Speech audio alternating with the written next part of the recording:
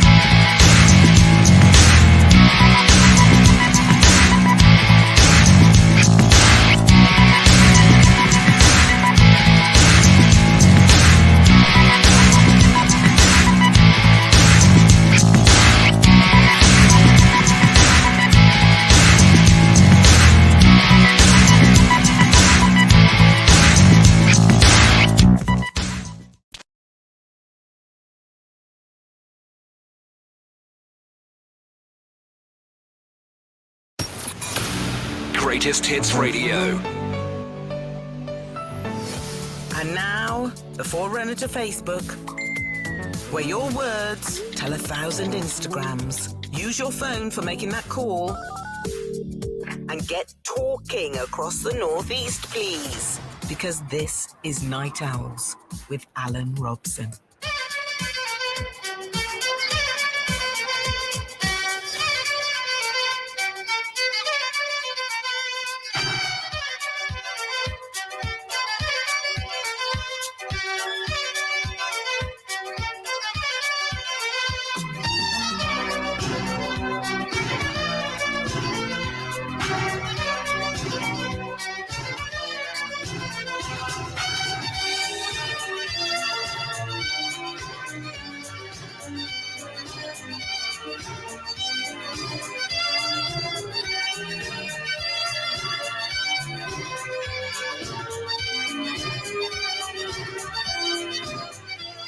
Hello, everybody. Welcome to the Night Owls. Alan Robson with you, of course. Thank you very much for joining us. Spread the word of the owl. For tonight, we've got a really fun challenge, really, as much as anything. And it's one of those double-heading things. The first part of the challenge is simply a survey this week declared that the Crunchy Bar is the greatest sweetie of all time. Now, I must admit, I do like a Crunchy. Others suggest it should be a Haribo. One or two others are suggesting maybe a sweetie shrimp, you know, those candy shrimps. What do you consider to be the greatest sweetie of all time? That's what we're going to find out tonight. What is your greatest sweetie of all time? And on the back of that, I thought we could do, if every song ever written was about sweets, what would they be called? So let's do some of them as well. Greatest sweeties of all time. Well, in song, Careless Whispers. Yeah, there you go. Roll Away the Stone. Oh, there you go. Mott the Hoople. Classic. There's a starburst waiting in the sky. David Bowie even had a favourite sweet. Steely Dan. They did Black Jack. Do It Again. So there you go. Or The Who. Happy Black Jack. Love on a Sherbet Fountain Top. Every song, if it was about your favourite sweets, what would the songs be called? Get cracking, have a think, and having thunk, you either call us to get on air with 0191 488 3188 or WhatsApp us and we'll get in touch with you 07863 431 837. Lots of numbers, lots of jumble. Write them down, put them in your regular thing on your telephone so you can hit us up immediately. So, sweeties, we will talk about. Also, a topic. We did a thing a few months back called What's the Ugliest Thing You've Ever Seen? Which is why we haven't followed up in what Kevin, who is a good supporter of the whole Night Owl thing, Kevin suggested we do a thing called Nobody Wants to Look at That. So I thought, well, maybe we can play that as well. No reason why not. Nobody wants to look at that. And he sent me a list. Nobody wants to look at that. Recently, he saw a dog walking along with a stiff poo sticking out of the dog, and it hadn't managed to shake it. Nobody wants to look at that. Genitalia. If I was to chuck one in there, it would be genitalia. It's not attractive. Not at any not at any level, not at any age. Nobody wants to look at that. Well, apart from the 80-odd% of you that watch pornography on a regular basis. People spitting, people biting fingernails, women squatting. This is his. Women squatting for a wee behind a skip. Don't know where he goes drinking, but it's obviously not the classiest place. Poo bags hanging from bushes. Your private parts if you get thrush. Nobody wants to look at that.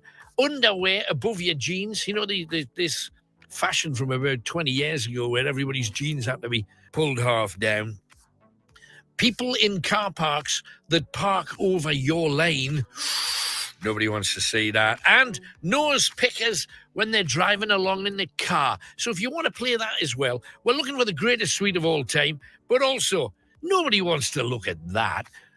But what's that? Give us a ring, 0191 488 3188.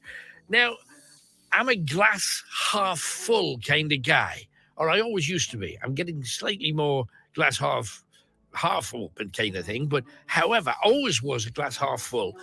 And looking at the situation with the Ukraine, and it's awful, and of course our love goes out to anybody who's friends or family over there, because I know there are people here in the north who do.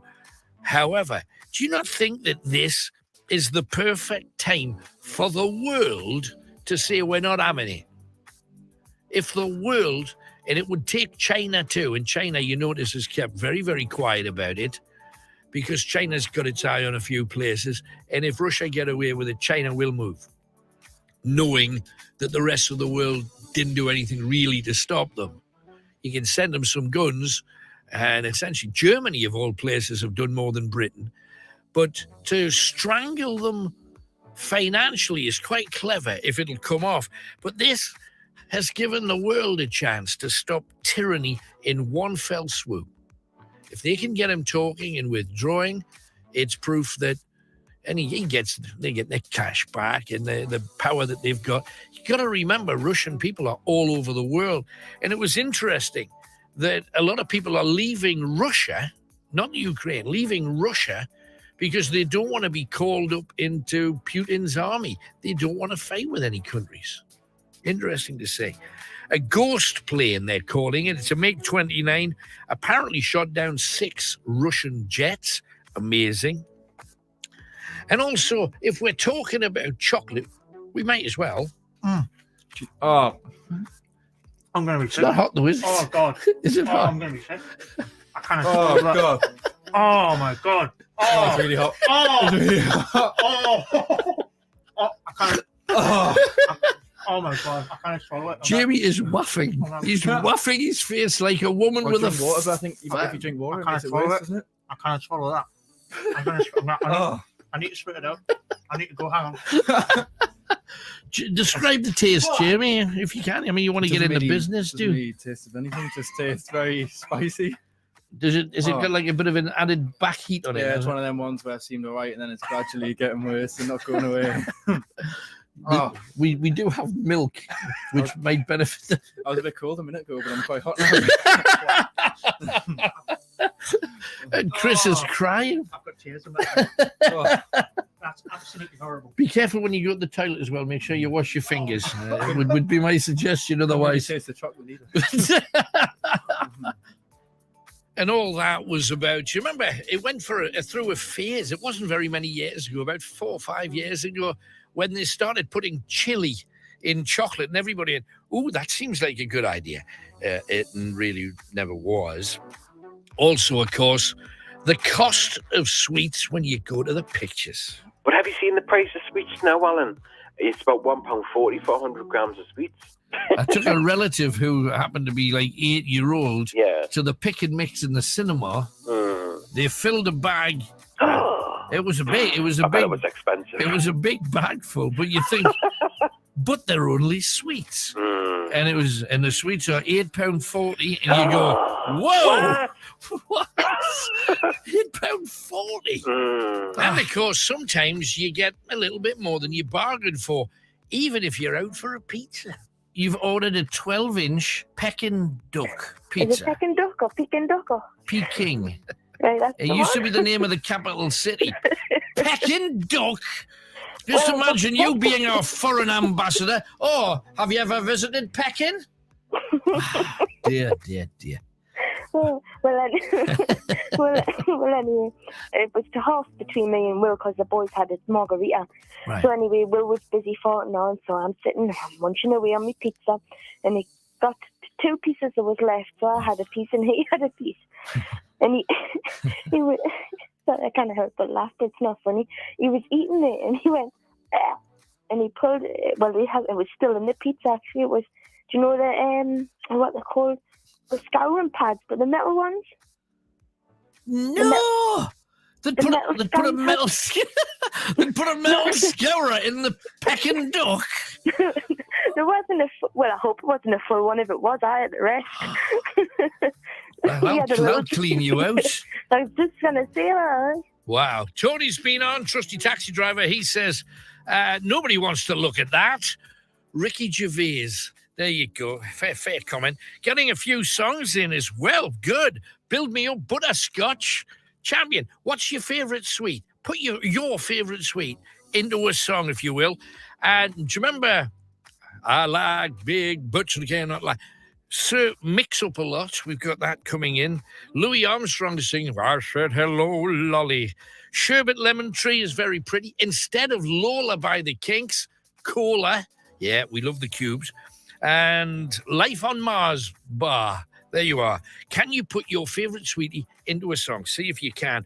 We also hear the Christian church is at an all-time low. Is religion on its way out? What's your view? Russians, we mentioned seeking refuge. I loved something that I saw. A whole group of ordinary Ukrainian citizens walked out in front of tanks, and the Russian tanks just stopped. They wouldn't go past, and I hope it stays that way.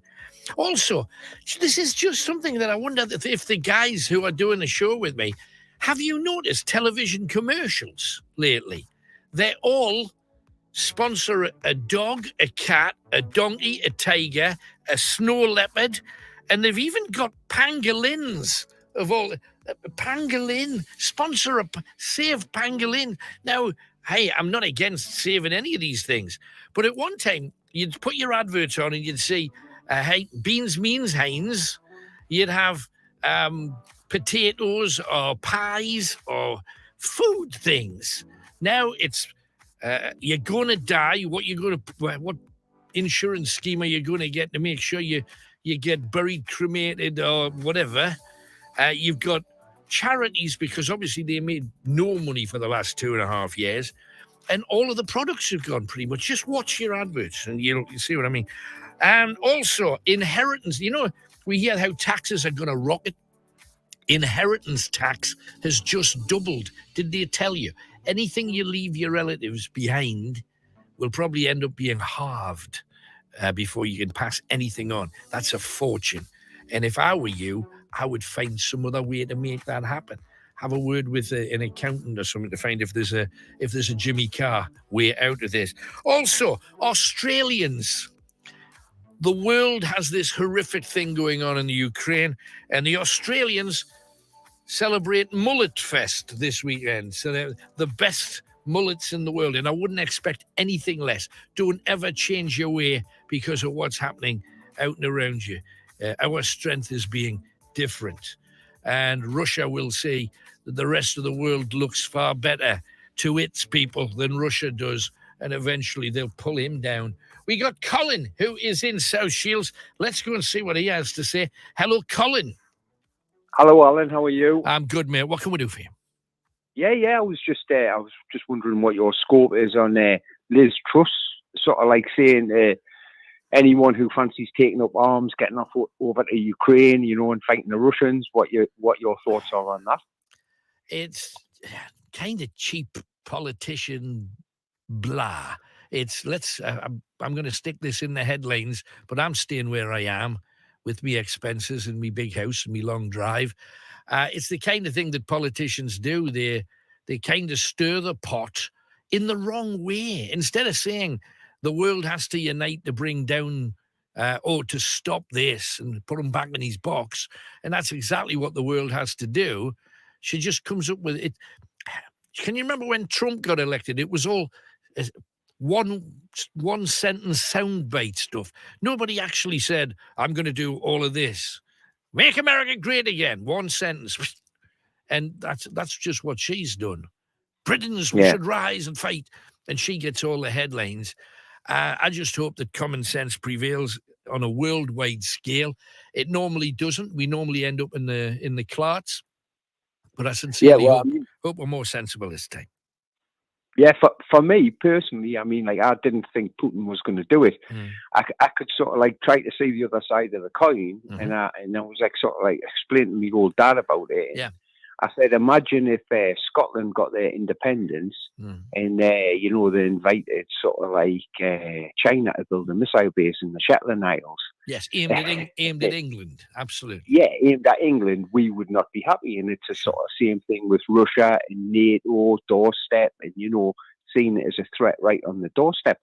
And I honestly thought Putin was just, it was just posturing, rhetoric, and it wasn't going to go anywhere. And then when they invaded, and I know I had plenty of sort of like warnings it was going to happen, I was a bit like taken back. And personally, I know some Russians, and they're all nice, decent people. Yeah, absolutely. They're all decent people. And I was sort of like saying to some friends, the vast majority of people in the world just want, food on the table, a roof that doesn't leak, and to see the kids sort of like get ahead and do a better little than bit them. better than what they did. That's exactly right. I agree with that 100%. And you see, I don't think that the Russians didn't have a choice in this. It's nothing to do with the Russian people. It's just him. But you see, my first thought was, when all the troops were gathering on the Ukrainian border, my thought was, bring 30,000 British troops, 30,000 American troops, French troops, German troops, Australian troops, Chinese troops, put them all on the border. See if he'll take them all on. Yeah, I don't think China would have been in that party. Like, I know, but you should ask him. Always ask him. You give them an invite; they don't have to come round. But bottom line is, if we don't stop Putin, China's going to try and take back Taiwan. Without a doubt. There's no question about that. So I just think we got to be a little bit clever on this and say it's not acceptable in 2022. Hey, but if you look back through our history, we've always done the stupid thing. World War II, we said there'll never be another war like the Great War. And then, 20, 30, 40 years, 20-odd years later, Germany's invaded this one and that one, and another one, and another one. And then we send Chamberlain. He says, well, we'll try and do it peacefully. We know he's taken a lot, he's killed a lot, but we'll talk. We'll always be your friend, and peace in our time. And then within 3 months, he was out. We were at war, and we hadn't prepared for it. I mean, you can't say we haven't had enough hints that something was going to happen with this one. For the last 3 weeks, people have been saying, moving troops, moving troops, moving troops. And we've all gone, he'll not do it. And this is exactly what Kim Jong-un has been doing for about, since he got in with South Korea. It's like the troops are on the road. They've got 1 million troops ready to go in. And I could imagine Kim Jong-un thinking, Putin's not going to go in. He's gone in. Oh, should I go in? Could you imagine? I totally agree. Oh. It is like the Axis powers of World War II. And historians say World War I really never ended because of the sanctions were imposed on Germany. And the hyperinflation that they got, it let Hitler in. And I just wonder, all these sanctions, whether it'll be the same with Russia, because at the end of the day, it's not going to make a big difference to Putin. He's not going to go and visit his super yacht. But in his little fortress in Moscow, he's going to live the same life, and it's the normal people who are going to suffer, just like it is the Ukrainians, just like we'll suffer in our pockets if it doesn't escalate. And I just think that maybe an opportunity was missed, sort of like in the 80s after Gorbachev and Perestroika, that we maybe could have embraced Russia a little bit more and said, look, let's put this behind where the Cold War's finished. Humanity doesn't stand a chance unless we all get together and share like common values, and those common values are the ones that I've just said. Yeah, but I think we have to remember that the thing that Putin's most frightened of is his people seeing what life is like outside of Russia, because all they know is what he allows to be broadcast, and it's a very dark, it's a very poverty-led existence in Russia, except for Putin in the higher echelons. The vast majority of people haven't got a pot to pee in. Yeah, if there's millions of them, if they saw, hey, but if you didn't have this kind of government, you could have what Ukraine's got. That's why he's going to that's why he's trying to stamp it down and say, hell's teeth, people are looking at Estonia and Latvia and the Ukraine, and people are having a lovely time. They're voting for the people that they want. They've got a decent standard of living. Yet here in Russia, we got out. I disagree to a certain extent because the Russians I know are all outward-looking people. Mm-hmm. I mean, I've been looking to sail on a tall ship, which is it's called the Standard. Mm-hmm. I sailed from Blythe. You were at Blythe. Tall You were ships. seeing the ship. It was like a big pirate ship. Yes, I Wooden. talked to the captain. Absolutely. Yeah, Vladimir. And I mean, all the crew there were a mixed nation of crew. But since then, I've sailed where it was just Russians. I was the only English on there. Right. And they're all outward-looking people. Mm-hmm. They've all got money in the pocket. Great. They can all take time off work and sail around the Med. Yeah. And I just think to myself, I really think that Vladimir Putin's really lost the marbles. I think he's he's pushed the boundary so much, and there's not, unless he sort of like says to his troops, right, it's called off. We're gonna return back. Sanctions are crippling, which is going to take time. Then what options has he got? I mean, he's threatening nuclear now, and I know words. They can be hollow, but don't want to take that kind of chance. And he has.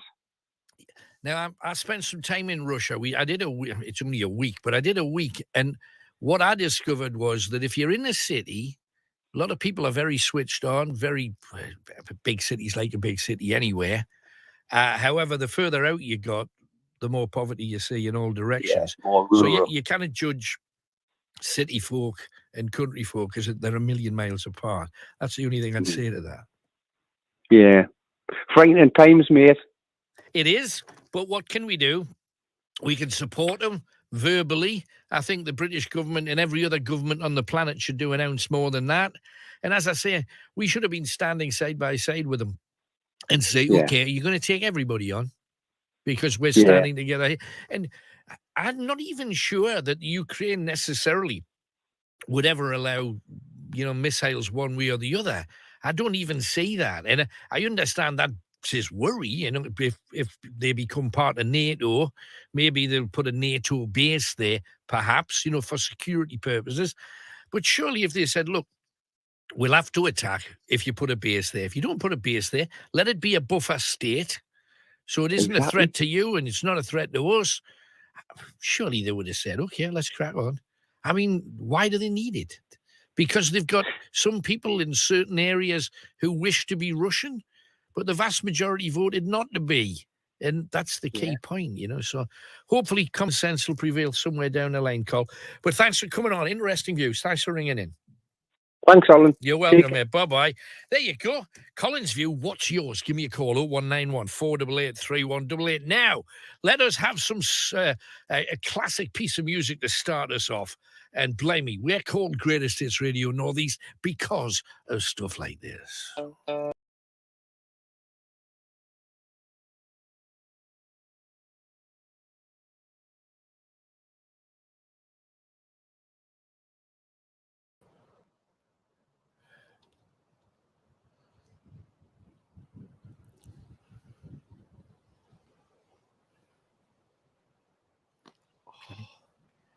Here we are. Fantastic, right in the middle of Bamburgh Castle. And we're here to tell a whole host of stories. And we'll tell you the history as we go because it's amazing. But I just wanted you to take a look at this place. First of all, one story I was told years ago by a historian at Newcastle University was about the gargoyles. You'll see they're clinging on. Love them. There's a couple of them that were said originally to, when it rained, the water pooled and spurted out of these things. Not happening at the moment. You see almost like lizards. Like something out of Lord of the Rings, these amazing things. Really? And a lot of this was redone in 1898, as you can see, one of the decals on the top there. There's the one that spurts the water out, you see? Ah, right, yeah.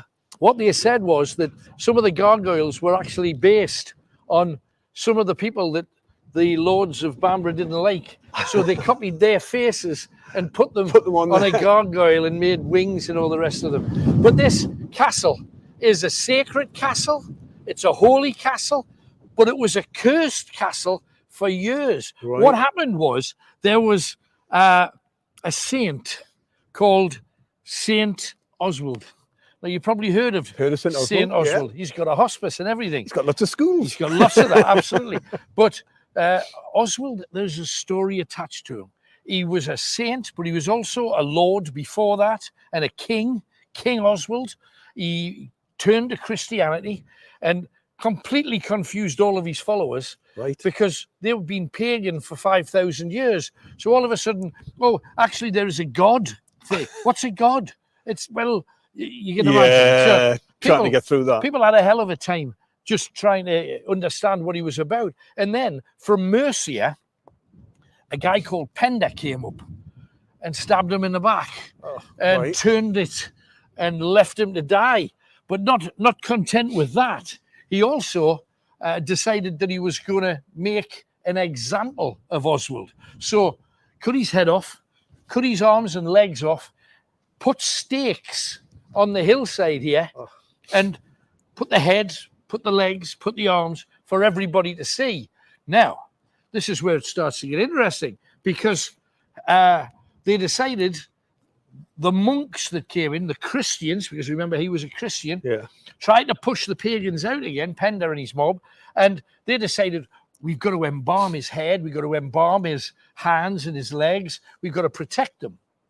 So did exactly that. And they took inside the head and the hands, and by which time some dogs and locals had the legs away. So sacred relics. Now, problem was, one day, a monk, they think, stole St. Oswald's head. Now, St. Oswald's head had been in a room, open to the air. They didn't know about vacuum sealing them or protecting them or anything. So all of the Christians said, St. Oswald, the angels have flown down, they've got the head and they've taken it up to heaven. The caretaker of the castle at the time says, it's probably old Badger's dog from next door. However, that was the beginning of a curse. The castle immediately went into decline. The Vikings then came, attacked the castle, murdered, raped, pillaged. Beyond that, then the French arrived, William the Conqueror, who knocked you got to remember the Vikings were here for almost 200 years. So then William the Conqueror chased all the Vikings away and it became French. However, they ruled it really harshly and they didn't like the castle nor the people who lived around it. So then eventually the castle fell during the War of the Roses, when the castle was taken, again, destroying everything that was going on at the time. And just around that time, another monk crept in and stole Oswald's hands, the last sacred relic of Oswald that they had. 3 days later, the monk was found strangled to death, and everybody thought, the hands have done it. Come back and they've done it. And there's a story about hands that I will tell you a bit later, because there's 3 amazing things that happened to do with hands here. However, so the Forster family bought the castle and then went bankrupt. Right. Then they sold it to a man called Nathaniel Crewe, who became Lord Crewe. Lord Crewe Arms, Blanchland. Yeah. Nathaniel Crewe then decided, I'm going to buy this castle. He bought it, and I'm going to have a family. I'm going to have a son and heir so that I can pass the castle and all of the grounds to my son. And he tried for about 15 years to have a son, and it never happened. For whatever, whether it was his trouble or his wife's trouble, it doesn't matter. The sadness was he tried desperately. But he believes because of the curse. He was not able to father a son, which is tragic because it would have been continually passed down the family line. So, with that being the case, suddenly everybody in the world was talking about Oswald. And they said, what a great king, what a martyr to Christianity. Why don't we make him a saint? So they made St. Oswald a saint. And from the second that they made him a saint, the curse was lifted and great things came to Bamburgh Castle. That's just one story of this place. And it covers hundreds and hundreds and hundreds of years. We're going to have a quick look around. We're heading back and out of the castle because I want to show you what's around here. I want to tell you the stories of the castle, but we can do that from places that we know are completely haunted. And that is our plan. If you look around, you'll see the horse topiary, which I think is tremendous. Brilliant. Absolutely. Isn't that great? Brilliant. Fantastic. This is my favourite castle. And just look at the sea. Look out there. Look at the views from out there. How you couldn't want anything more Look than at this, the could beach. you? And yes, I know the wind's at a stupid speed. Look at the beach. One of the greatest, The longest, cannons. sandiest beach that you've ever seen in your life. All the cannons. Absolutely. For a while, even in World War II, you know, this was pretty much the front line because they expected the Germans to invade Yeah, here yeah. because of that. Yeah. How do you defend that? Of course, you build a castle like Bamburgh. That's what you do. Too right. What a place. Absolutely amazing. And also, this is the land of the three queens, but I'll tell you that outside because the name of this castle, Bamburgh, how did it get its name? One of the queens, Ethelfrith's wife, Ethelfrith, well, hang on, let me start again. King Ada, had a wife called Beba. Beba had a child, Ethelfrith, who became a king. Ethelfrith had a son, Oswald, who became a king and a saint, and Oswald's brother was called Oswy. Didn't do very well. And you can imagine, how do you live up to the fact that your brother's a saint? I mean, where do you start? Next. 0191 488 3188. Greatest hits radio. Looking forward to talking to you tonight. If you've never called before, give us a ring. And also, don't forget, if you're looking for some more night owly activity, every Friday night at 9 o'clock, we do a ghost hunt and lots of history, lots of background from where you guys live. And every week, people find out all kinds of things about their own towns and their own cities here in the glory that is the Northeast. But whatever you want to talk about, give us a call. We're off to Ashy now, Ashington. Richie's there. Hiya, Richie. Hello, Richie. Hello, Richie. Hello, pal. Oh, there he is. Hello, mate. What can we do for you? Right, basically, I've got a strange story, to be fair. Right. I was sat at mine with the kids and my sister-in-law, and basically my Facebook Messenger came up with a video call. Right. That was my sister-in-law that was sitting with us, but nothing was on the phone, so it was basically a phantom call. Right. Can you get a video call? You know when we ring somebody because the phone's in your back pocket and it rings somebody at random. Could that be the video equivalent of that or not? I'm not too sure, pal. Because me neither. To be fair, because she was sat next to us when the phone was going off, and she checked her phone, nothing was ringing. Right. Whereas my phone was actually ringing. That's interesting, though. I have no idea what it was. And I gather you worked on the tall ships, Richie. Is this right? I did, pal, yeah. Tell me, what was it like? Because, I mean, we covered it. You know, we talked about it. We went down there with microphones. Absolutely amazing. So what were you doing? I actually refurbished the Williams. Oh, wow. That must have been amazing. So how old was the Williams? I mean, how old was it? The Williams is 102 years old. That's incredible. I always watch, I don't know about you, but you know when you see these things on the television, like The Greatest Catch, and you see this boat that's just big enough for like 8 people, and it's been bouncing around in 25-foot waves, and you think, that's with an engine. That's, you know, so at least you can drive it in a direction or something. Imagine being out there on a tall ship where you haven't got an engine and you're down to whatever the wind does or whatever the tide does. I think that was just a terrifying thing. Yeah, there's definitely a whole room like the engine. Yeah. unfortunately. Right? But No, I it's hear amazing. the whole tall If ship thing is. if people can go along to the tall ships when they have events on, that'd be amazing. Yeah, no, I think so too. It's just great. We've been lucky enough to have it.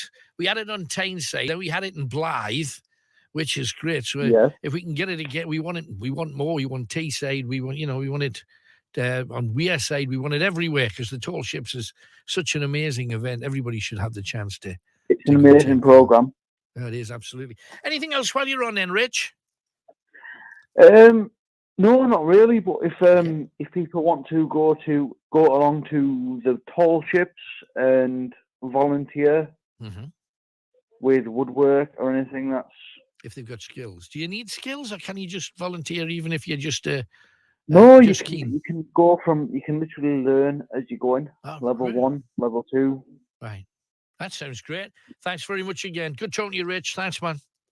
No bother. Cheers. Okay, bye-bye. 01914 488 3188. Don't forget we got our competition.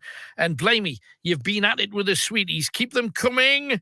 As suggested, Life on Mars, which instantly led to orchestral maneuver in the darks. Walking on the Milky Way. Very good. Rip alert. Just a little bit. Brilliant. Billy, don't be an arrow. Okay. This one's a bit of a stretch. He's had to explain it. This one comes from Phil, who's in Crook. He says, instead of Zambezi, do you remember Zambezi? Ancient song. Zambezi, Zambezi, Zambezi, Zambezi. He's gone, Malteser, Malteser. It's not quite, it doesn't quite work, does it? And the Lion Bar sleeps tonight. Can you do better? Can you put your favourite song? And what is your favourite, sweetie? That's what we're looking for tonight. 01914 488 3188. So we have to go to Herford in Germany now. Wie geht's? How are you doing tonight, Ian? Ich bin good. Good. Yeah, good, yeah. Alles gut. Excellent. So tell me, what are you calling for then? Well, it goes back to, I think maybe before Christmas, you were about which famous people you'd met. And I think I said on Facebook that I met a certain Beatle. Oh, tell me all about it. Where yeah, were you? What happened? Well, this is when I was living in London. This was quite a while ago. It's 2007, I think it was. Okay. And just been to Abbey Road, which is near where we saw him. Right. And we walked out. We'd been to London Zoo. This was me and my girlfriend at the time, who's still my partner. Excellent. And walking through Regent's Park, which is where London Zoo is, afterwards. And she says to me, "Oh, that bloke over there looks like Paul McCartney." I looked over. Right. Paul McCartney walking down Holland Zoo. Oh, wow. Oh, what's the chances? Did you do it? You had to do something. What did you do? Yeah, I walked straight over and I had a chat with him. Really, really nice guy. Very down to earth. What an honour it is to me.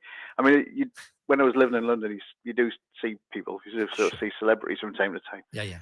But I was really, really starstruck to see him, and then the zoo is right sort of next to this path we were walking down, and he said, "Oh, you look at that animal there," and he's really sort of trying to put you, I'm just a normal person kind of thing. Yeah. Really nice. No, it's fantastic, and you're quite right. If you live out in the sticks, which is anywhere that's not either Manchester or London, the sight of like a superstar is chin on the chest kind of thing. But if you're going to name one of the top 3 faces in the world, that's the one to pick, really, isn't it? Yeah, couldn't believe it. Asked if I could have a photograph, but he doesn't like his photograph taken. I've heard this subsequently. He's not big on having his photograph taken, so he didn't want that. Right. So I didn't do that. No, but it was good that you asked and you had a chat with him. And my partner's from Germany, and he said, "Oh yes, he's very interested. Being from Germany and everything." Right. Fantastic. Yeah, it's just one of those moments. So it is, but it's snapshot in time. It's fantastic. Yeah. And it's also really good because I've met a few people in my time. I would imagine so. Even professionally, and when you meet them, you realise deep down they have a dark, dirty soul that you don't want to have. That they're just not nice people. Unfortunately, yeah, but, that's a shame. Yeah, but they've got huge followings of people that love them, and you daren't say he was a bit of a dustpot. You can't say it. No, he was incredibly nice. I'm a massive Beatles fan, so it was like, Me great, too. I'm surprised you didn't say, well, how's Hamburg doing? Is it all right? Has it recovered? That's fantastic. Hey, out of all the stars to pick, he was one of the ones that really glitter. So Yeah, top I job. mean, I met a few others, but that was definitely the number one. I met your good self many years ago as well. Oh, never met. I was telling your colleague there before, this is actually probably my fourth call, but I think there's a 30-year gap between this one and the last one. Hey, well, thanks for coming back nonetheless. Great to hear. What are you doing over there anyway? Well, sort of, it's a long story how I end up here, but I'm with my partner with two kids over here. Yeah, great. And I work from home, basically. I do information graphics, which is like diagrams, maps, and charts. Fantastic. So, that's pretty good. I work mainly in English, but Right. I have picked up a fair bit of the language. No, I can imagine that. Hey, so whereabouts is Hereford? Because I don't know where Hereford is. It's sort of between Dortmund and Hanover. All right. On them, if you know, and sort of vaguely, we're on the A2. There's sort of two autobahns. Sort of. No, my sister lives in a place in between Dusseldorf and Cologne called Jülich. Oh yeah. You know it, anyway. That's a bit of a distance from us. So Absolutely. we're towards the other side of the. We're in North Rhine-Westphalia. We're sort of more the east side of it, Right. sort of more the west side of it. Yeah, absolutely. That's fantastic, totally, Ian. Thank you for coming on. Really appreciate Yeah, it. nice to speak to you. Thanks, man. All the best. Okay, Bye-bye. thanks very much. Yay, Bye-bye. There you go. Off to Germany, and why not? 0191 488 3188. And Phil, who is in the United States and wants to know if he could become a supporter. Anybody can become a supporter. We would love you to do that. Gives us a chance to do more stuff, and we want to do more stuff. Anonymous is up with us in Gateshead. Hello, Anonymous. Oh, hi, Alan. Hello. Right. I wanted your opinion. What do you think about the British or the UK holding on to the Northern Ireland, holding on to the Malvinas or the Falklands, and to Gibraltar? Gibraltar should be Spanish, shouldn't it? But because they speak English and they have English people living there for so long, they won't be part of UK. It's exactly the same thing with the people of certain areas of Ukraine. Their families are Russian, they speak Russian, and they want to be part of Russia. Yeah, but whether you like it or not, since the breakup of the Soviet Union, where it was part of Russia, people have voted for that not to be the case. And yes, there are areas that speak Russian and would prefer to be part of Russia, but the majority of people there in the entire country wish to be independent. Surely you can't enforce the will of the minority on the majority. Well, I'm sure there are lots of people in the Northern Ireland who wanted to belong to the rest of Ireland, the Free Island. And they were given the chance to vote on it, and they voted No, on they it and weren't. chose. They weren't. The British Army was there and killed them. They didn't behave very well. Let's put it that way. Well, whenever anybody invades any country, that's always the way. But ultimately, No. as recently as the last few years, they have voted. I mean, I think it was 7 years ago since the last vote where they wish to remain part of the United Kingdom. So that's the majority of the people. How else do you do it? Because if you say it's got to go back to the original country that owned it, Britain used to be Anglo-Saxon, so we used to belong to Germany. So do we give ourselves back to Germany and not have a Great Britain? No. So how far back do you go? Go back hundreds of years. How far back do you go, though? Right. Can I say this? America should stop poking the bear. Finland has I can't speak now. Finland is close to Russia. They don't have NATO, and they live peacefully with their neighbors, Russia. Now, Ukraine, the prime minister, whoever the president is there, he was put there by the Americans and the CIA. And how do you know? How do you know? Because I read. Right. But you only read one way, though. You don't read both ways. No. This guy was a television comedian, and everybody thought he didn't have a chance to get into power. But his people, the people of the Ukraine, the majority. Well, a lot of people say that Russia put Trump into the White House.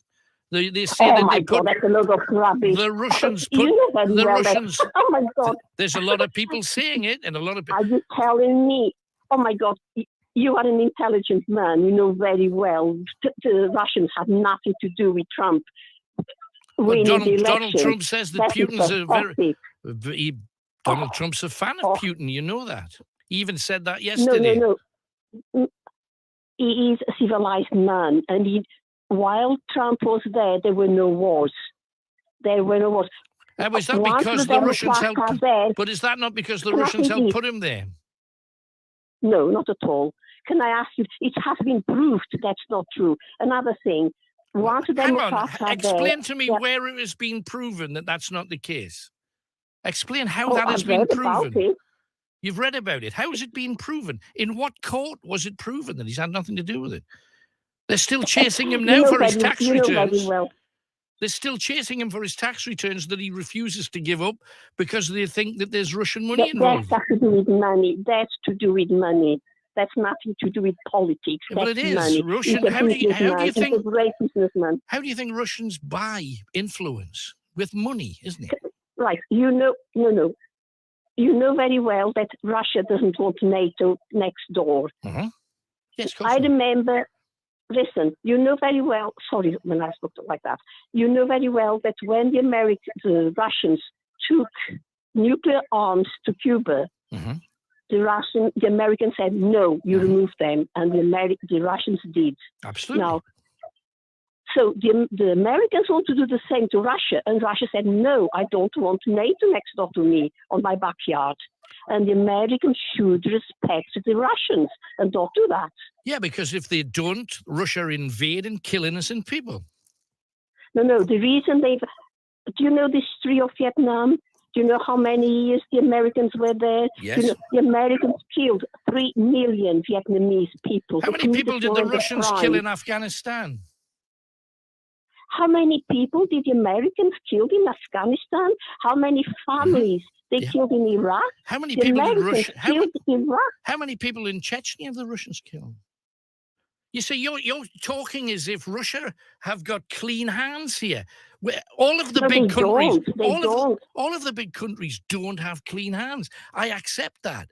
But you can't justify Russia attacking, shooting down innocent families in tower blocks in the middle of Western cities. That's completely unacceptable, Alan, surely. It is. I agree with you. But do you know how many families and people, the children, the Americans and Blair killed in Iraq? Yeah, horrific. They killed. I'm not doubting that the British were. They destroyed the whole country. They have no right to go there. And I absolutely agree with that. And Tony Blair was wrong to go in the first place. And he went in on a lie that he already knew was a lie. Yeah, so he should be, in my opinion, he should be held for war crimes. But so should Putin. I know. Listen, I'm not saying that Putin is a saint, but the Americans are no better than him. Actually, the Americans. Yes, but the Americans aren't invading a country. But the Americans aren't invading Ukraine. It's at the present moment. Putin has to be stopped. And if he isn't stopped, the Chinese will instantly take over Taiwan, I think. And it will lead to Russia then wanting to bring in other buffer states. And he's already said he wants to make up for the mistakes that were made in the past, Putin. So if that's his plan isn't just for the Ukraine, it's for that whole belt. And surely the people deserve to have the life that they want. I agree. And I don't agree with wars, but all I'm trying to say is the Americans and the British, they are no better than the Russians. That's all I wanted to say. Right. Because when I wanted to point out, that's all I wanted to say. There will be somebody, though, Anonymous, and I understand giving different points. Are you Russian? I'm guessing you are. I prefer not to say. Okay. Well, all I'm asking is, if you are super defensive of Russia, there will be somebody, and I'm not asking it because Britain's an island full of mongrels at the best of times. And my family, I'm sure, down the past came from either Scandinavia or Eastern Europe. However, someone listening will say, what's this person doing living in the West if she's defending life over there in Russia? Because we all make mistakes. Because when we make a mistake of falling in love with an English guy, what else can you do? That was a mistake. So very, very, very easy. We all make mistakes. All right. Hey, Very thank you true. for coming on. I respect your view. Thanks for ringing. Oh, can I just say something else? Of course you can. I heard someone saying before they heard the phone ring, wherever. Yes. Right. Last week, I was watching. I was at my computer and I was watching something on Amazon. Right. Documentary. Mm-hmm. So suddenly my landline rang, and I immediately thought it was my daughter. So I picked it up. I said hello, hello, and there was nobody. Mm-hmm. So I picked up a pen and paper and I dialed 1471 to see who had rang. Right. And it was my mobile that rang my landline. Now my mobile was sitting across on the other side of the desk. I said, what? So I picked it up and I heard voices. And it was a member of my family on the other side. I said, oh, did you ring me? I said, no. So I was astonished. So when I looked at my phone, there were 2 calls made at 1 minute past 11, one to my family member and one to my landline. That was very strange. You don't think Putin's got everybody from his part of the world bugged? Do you think they're just monitoring you just in case? No, not really. All right. Good talking to you. Thanks for ringing. You have a good night. Thank you. Thank Bye. you, Dan. Stay well. Bye-bye. Bye. 0191 488 3188, the complete antithesis of everything that everybody's been saying, because there's always 2 sides to a story. I get the whole Putin argument. He doesn't want NATO on his doorstep. But that's a conversation. That's not a shooting match. Do you know what I mean? 0191 488 3188. Let's get some stars coming out at night. Oh, we love it when that happens. And this time, it's a band I've been lucky to have a chat with on several occasions. At first, truly disliked the music, really. Didn't get any kick out of it at all. Then got to know the lead singer especially, who's a smashing fella. And the band, nice bunch of lads as well. They're called Boyzone. And I asked them this. What's been your highlight and low light in the business? Best moment, worst moment? You got one? I think personally, I find that a very, very difficult question to answer. Other than, I mean, we've had a string of hits after hits, albums, tours, all that kind of stuff. And I think one of the low times for me was just probably my attitude within the industry of just misunderstanding what this whole journey was meant to be and forgetting how good it actually is. And I think that was probably the low life, just a low life of confusion, I think. And I was maybe better than the industry or had something to prove in the industry or stuff like that. But in general, it's been amazing for me, Best bit? Best bit, I suppose touring. Now that I've kind of rejoin the whole group and for what it is, I forgot. Touring's quite a hard thing to deal with, but I think Ron's just put on a happy St. Patrick's Day hat. St. Paddy's Day hat. He's a bit late, but that's all right. Yeah, a bit early, which way you want to look at it. But no, I think touring's quite an amazing thing. Just to see the faces who bought the records and who want to enjoy your music is incredible. And that's stepping out on stage, especially after you've been away for a while and then all of a sudden realizing the hunger and everybody's still there.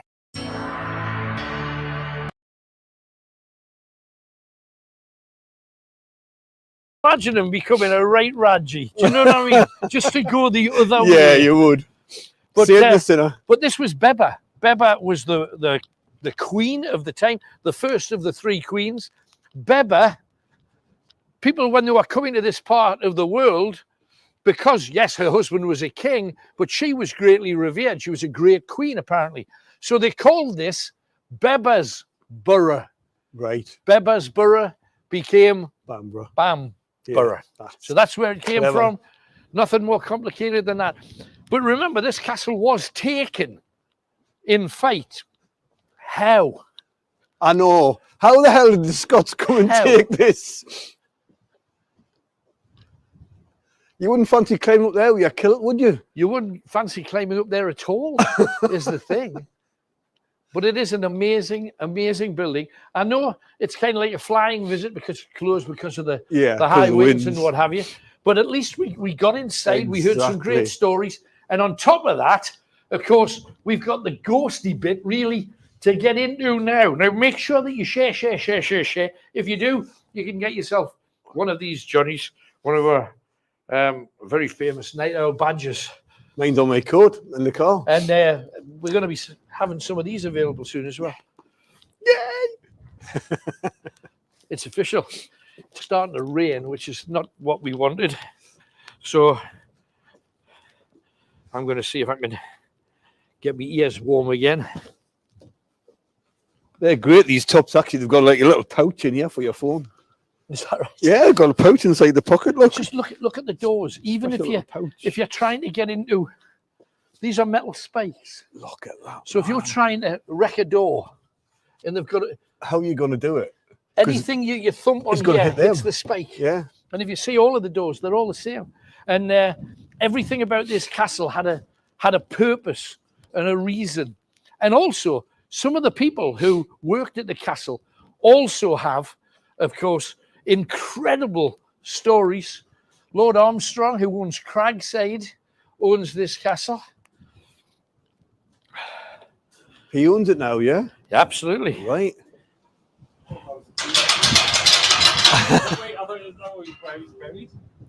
No? I don't think so. I know, it just looked like I think it's just a tribute. No, I think that's just a thing Just a for him, isn't tribute it? to- Yeah, right. Tony and manage. And here we are outside. Whoa! Now, a little bit later on, I'm going to be taking you to a place that's called the Ghastly Lake. And you can actually see it from here. It's rain. I worry about the camera just a bit, Tony, because the camera's wet and everything. Oh, that one there. You see it in the distance? Oh, that's yeah. the Ghastly Lake. And there's an amazing story about that. And over here is a very, very famous wooded area that we're going to be going in. That is arguably as haunted as the castle, which is unbelievable. Look at that castle from here, though. Beautiful. Oh, my word. Love it. Look at the arrow slits. You can imagine them how can you- firing. through there. Coming firing at you through there. You got no chance of hitting them, have you? And if you get a chance to go back in and do the guest holiday trip, in one of the rooms they've got something that I used to fire crossbows when I was a kid. I used to go like target shooting. Yeah. And I thought I was quite good at it. However, in there they've got one of the crossbows that were incredibly accurate in comparison to a longbow where you takes your chance. Yeah. But these things are this height. You put your foot on the bottom and you wind it, right, yeah. And then you click it. Then you put a bolt on it, and that bolt could go through a horse, through 2 or 3 people. And let's face it, if there's hordes running up at you, yeah, what better weapon to exactly, fire than yeah. something that'll take out 3, 4, and 5 with the same bolt? And there's one in the castle. It's amazing. Ooh.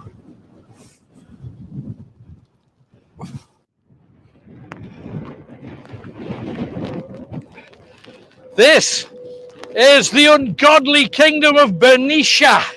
What's Bernicia? Bernicia was a little bit of South Scotland, Southeast Scotland, bit of Northeast England, and this was its capital city before Northumbria took part. This is the land of the Gododin people. The Gododins were the first to go across to the island there, the very first people to try and put a house on it. And if you're wondering who the Gododins were, have you ever heard the phrase Gododin? I'm just thinking what the good God am I doing here? I know. I'm kind of there already. Yeah. Came out in the sun, full sun, so I put on a jacket that's not waterproof. It's already soaked through to my shirt and I'm freezing. However, the Gododins came from Wales, Cornwall, and France. And they were the people who settled here. We didn't have anybody northeastern. We didn't have very many Scottish people. They were Cornish, Welsh, and French living right here. But it's down here we want to show you. Very, very few people ever come down here. You'll get the odd dog walker, maybe. Not tonight, you'll not, that's for sure.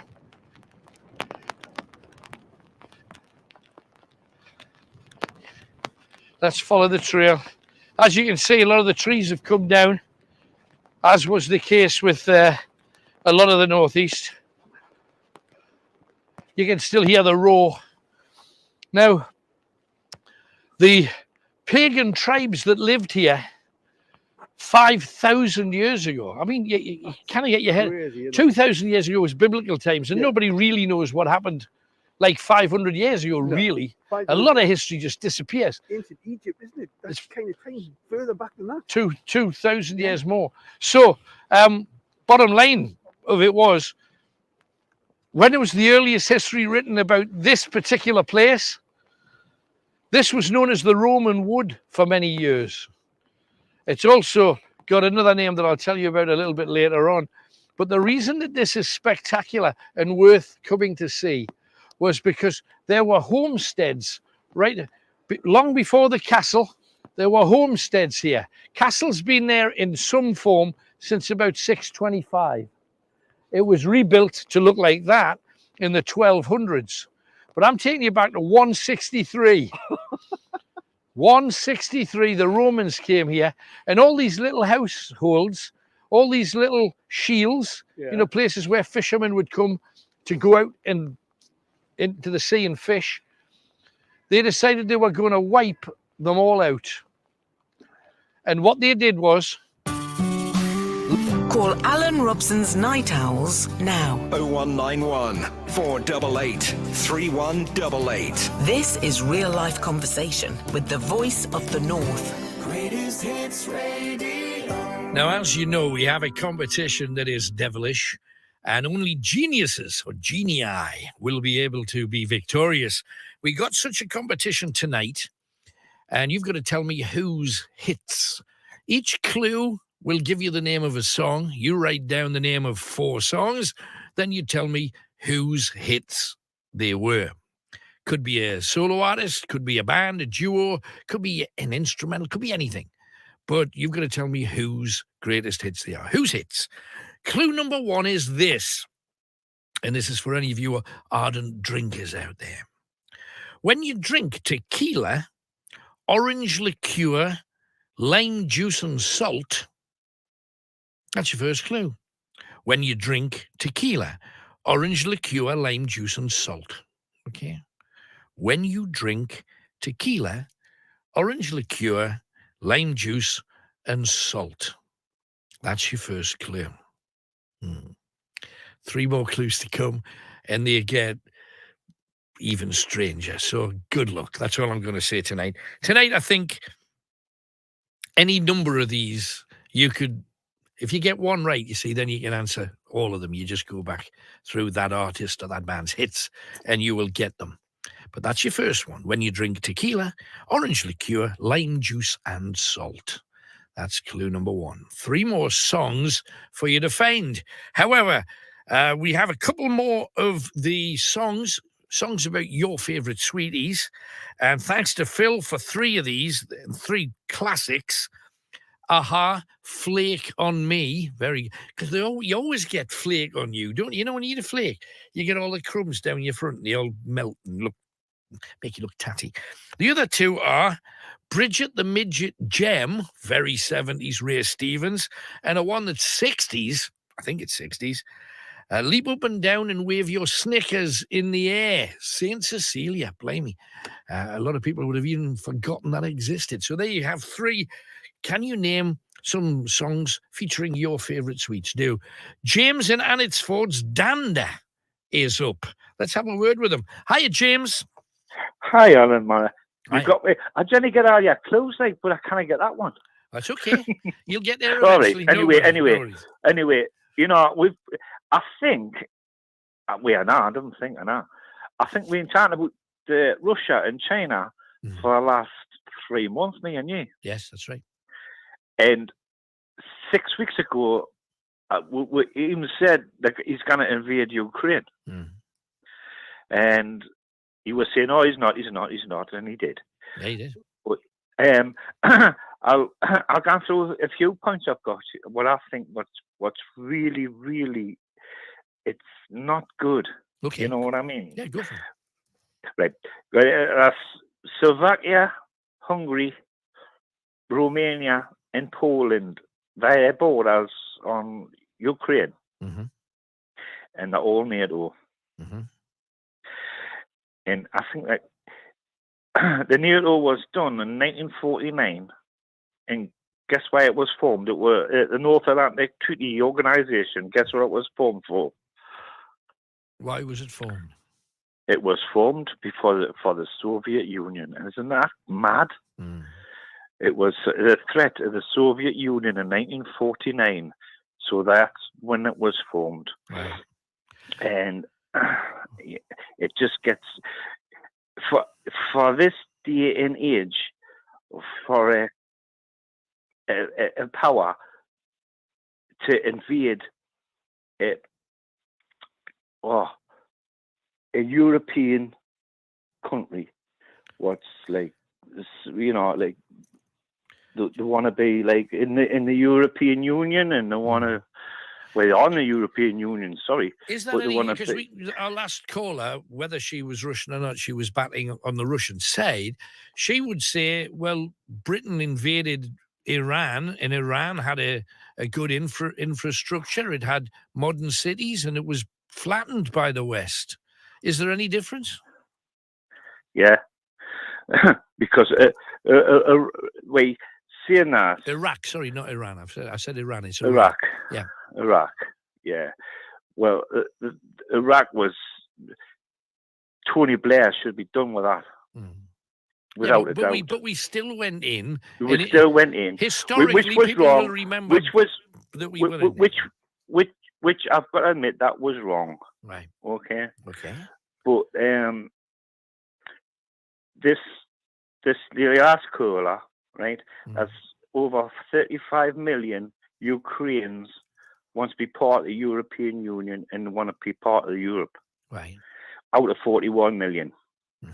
And the majority of that is in Crimea, which why that was bloodless when Russia went into Crimea, because the majority of Crimea wanted to still be with Russia.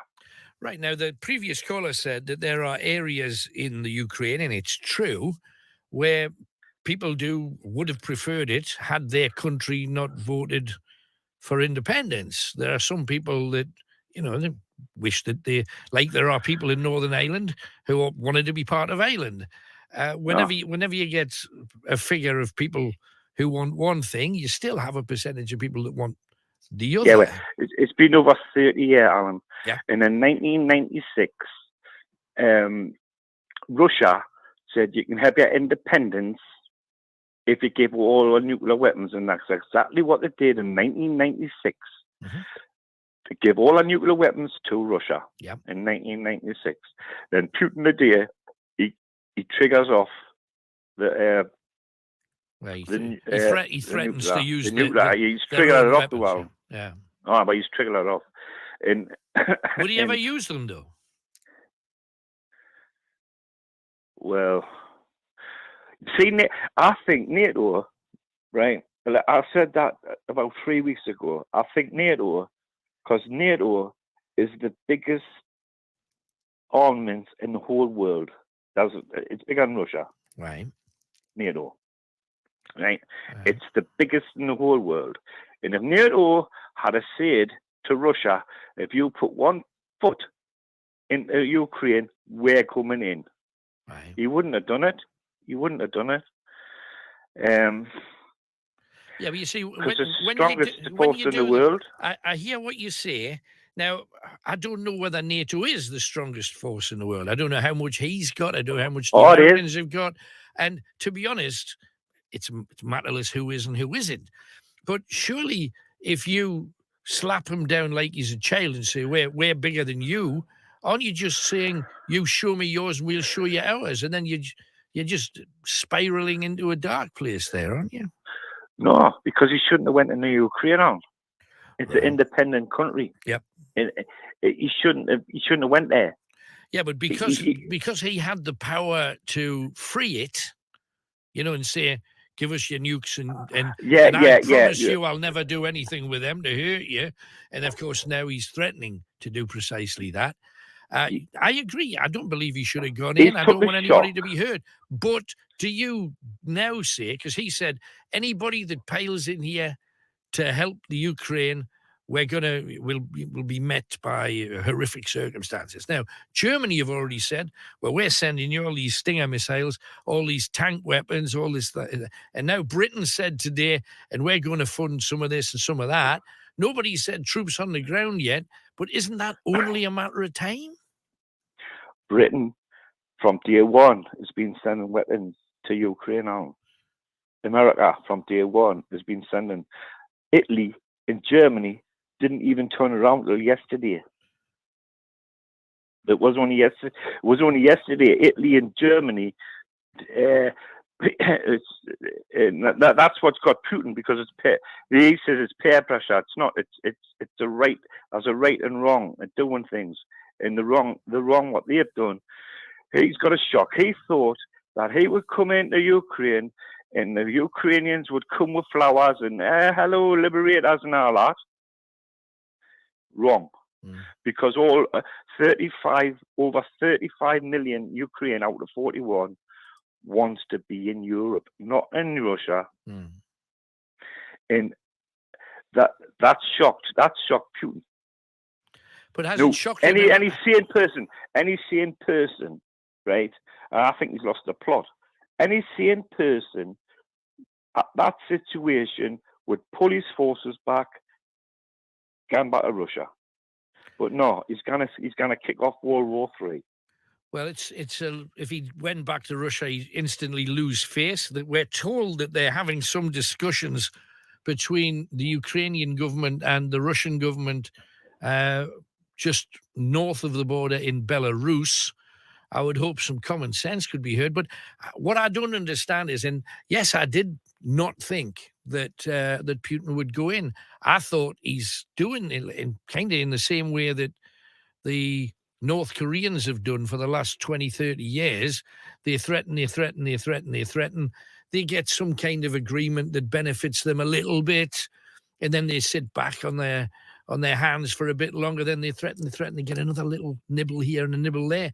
And I presume that's what he was doing. But I think you're quite right. I think he believes that because some of the people there would like Russian rule, he thought, well, because if you remember, he sent troops into those areas first, where, again, you're quite right, he did expect people to come out and support them. But universally, the majority, wherever he's been, have been against. And that continues to be the case. But how long do we let it go for?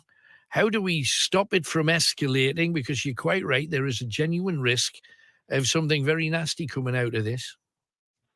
We should have stopped it before it started. Yeah, but we can't do that now. What do we do now? No. What we do now, it's a bit tricky now. It's a lot trickier now. It's going back to. This is the first independent country, what's been invaded since 1945 on. And that's how serious it is. And all it takes is a missile to go into any of them countries, Slovakia, Hungary, Romania, Poland, a mistake. Yeah. Then Trigger 5 is going to happen. Then that's it. But I just can't understand where he's coming from, to be honest. And yes, they're having talks, but do you know the talks? He's backed down 3 times, Putin. His first one was, we'll have talks if you disarm, if you surrender. The next time it was, we can have talks, but you've just got to deal with the country. The third time, this time, we can have talks, but there's no concessions. And because it shocked them what's going on. But what I think, it's just seriously bad. But what got me was China and UN. They didn't back Russia. They abstained. Yeah, but abstaining is very different from saying Russia. It Shouldn't have is. done it. You know, and if they'd have said, we stand by the Ukraine, that would have been the end of it. But they'll not do that, obviously, because they've got their own irons in the fire, haven't they? They've got Taiwan in their fire. Yeah. Get it. Good. Okay, James, thank you for your view. We'll get as many people on as we can. Thanks for ringing. Oh, but another thing. Yeah. Do you know when on about sanctions? Mm-hmm. Do you know there's over 100 people, billionaires in Russia?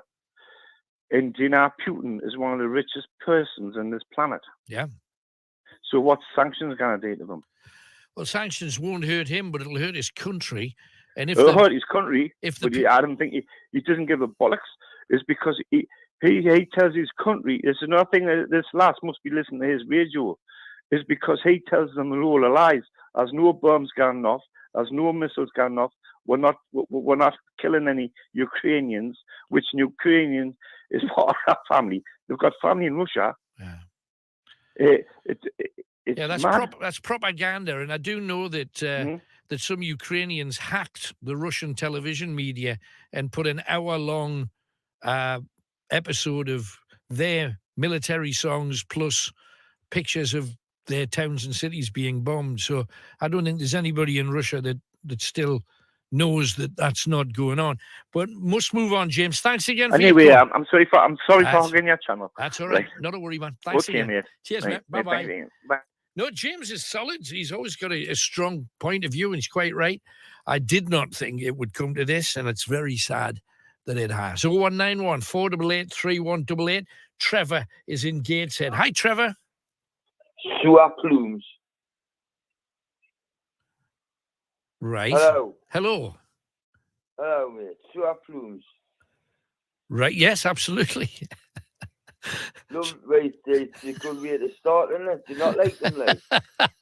No, they're nice. They're your personal. They're your personal favourite, are they? I thought you weren't speaking of us there. No, I was just working out what you'd said.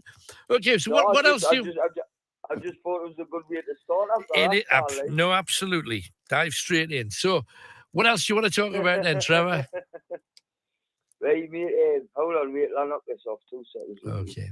There you go. Right. I'm just talking about streets in Newcastle, mate. Yeah. Sewer plumes, Sugar Lovely plumes, them. absolutely. No, man, sewer plumes.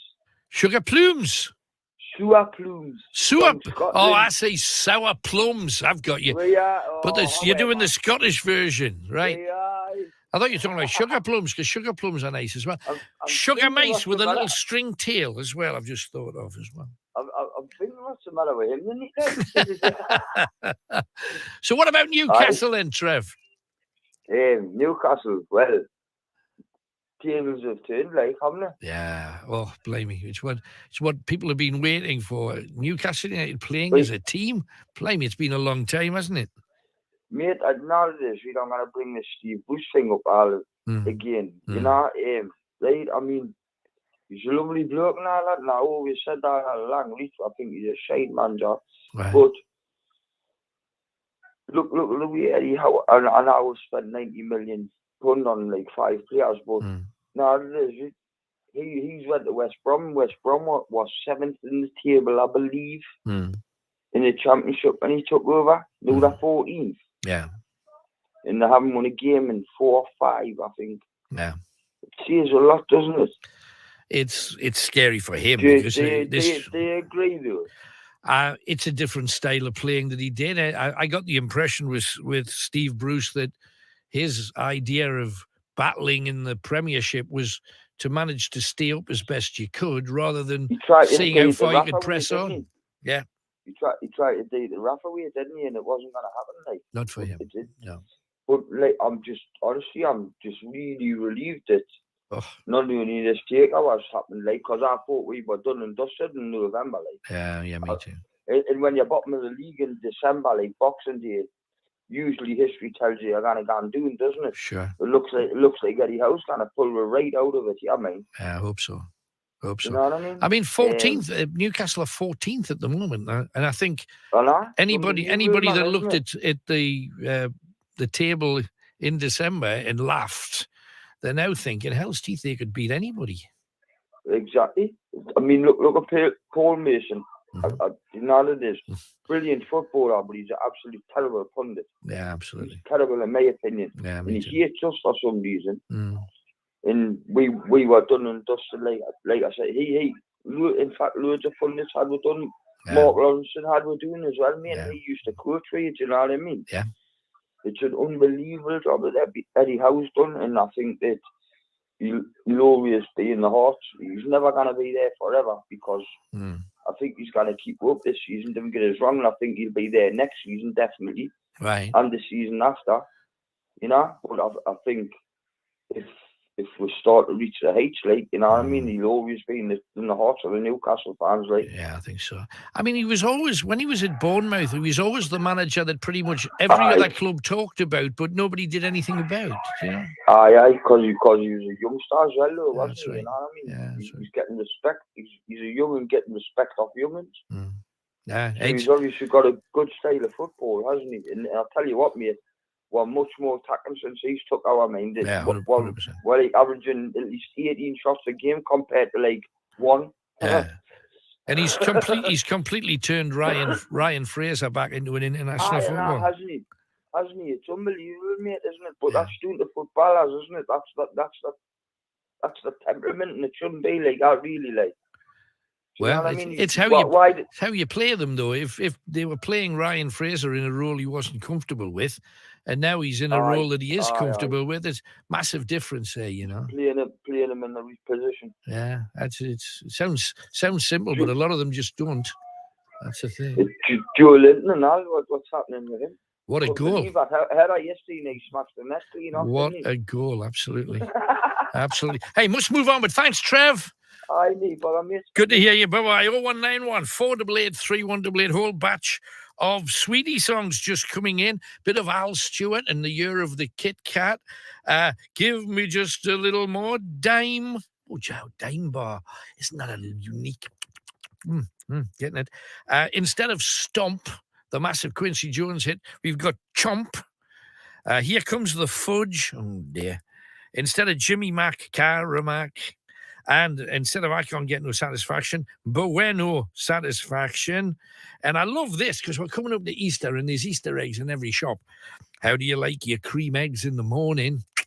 There you go. 0191 488 3188. Can you put your favourite sweetie into a song? If so, share it with us.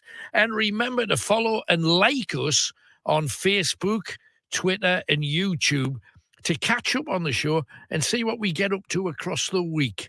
All you got to do is search for Night Owls UK. Night Owls UK. Do that. Let's have some more stars coming out at night. And it's a corking song we got for you next, featuring Paul Weller. Where did it begin, this dance you have with music? I first started getting into music when I was about 12. I mean, that's when I first got bought a guitar. I was 12 years old. My dad bought me an old electric guitar, and that's when I kind of got into it. And then by the time I was 14, I started playing gigs just locally around where I come from in Woking, and we'd play anywhere, man. We'd play social clubs, working men's clubs, and work pubs, whatever, really, whoever would have us, and that was it. So that would be about 1972. Bells. Took a while because that was long before the Jam. Yeah, we were going since 72 in one shape or form, and we got signed up in 77. So it was a good sort of 5 years of just kind of slogging it out and you know, learning the ropes and doing our apprenticeship, and it was good. It stood us in good stead, really.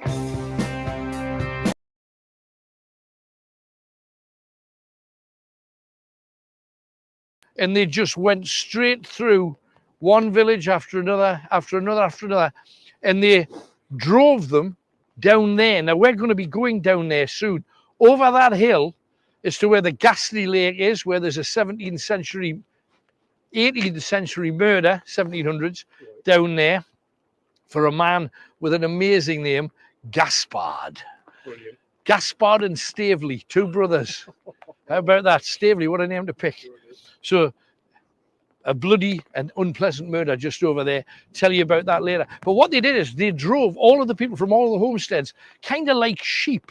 They ended up being about 300 of them, men, women, and children. And they took them, there was no fence there at the time, they took them down through what was essentially a sea sea-related bog, because a lot of the sea was higher then, Yeah. and it covered a lot more of the land, and they had to wade through to get to the sea. So then there's 300 men, women, and children, parents with their children, backing into the sea with the Romans coming at them to kill them. Some of them decided, those that couldn't fight, and a lot of them, you can imagine the men literally fighting for their lives, but some of the women knew that that was it. So they got hold of their child and they just fell back into the sea and died. Now, their spirits are supposed to be here, where their homestead used to be. And it's this wood.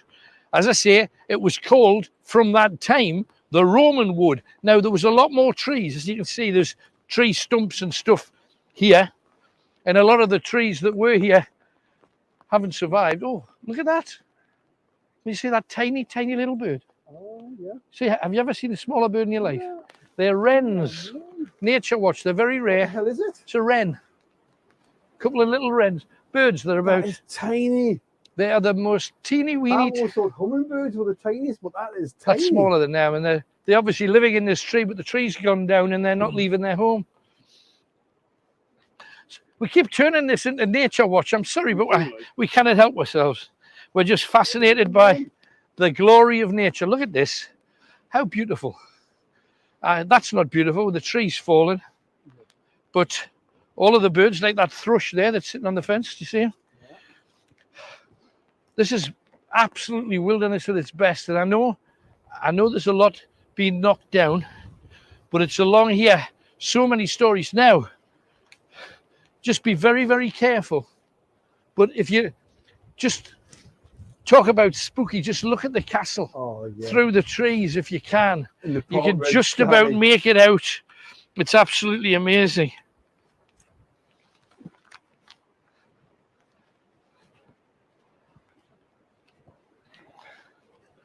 Now this wood, as I say, used to be called the Roman wood.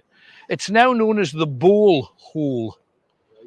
Because back in the day, and I don't know whether you can see, if you can imagine the fence gone, it was like a huge woodland amphitheatre. Yeah. The trees went another 30, 40 feet in that direction.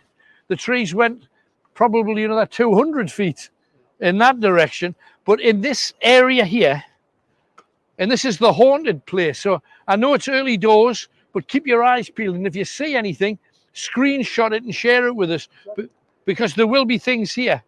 And don't forget to share. If you do, of course, you could get one of these amazing little night owl badges. We're very proud of them.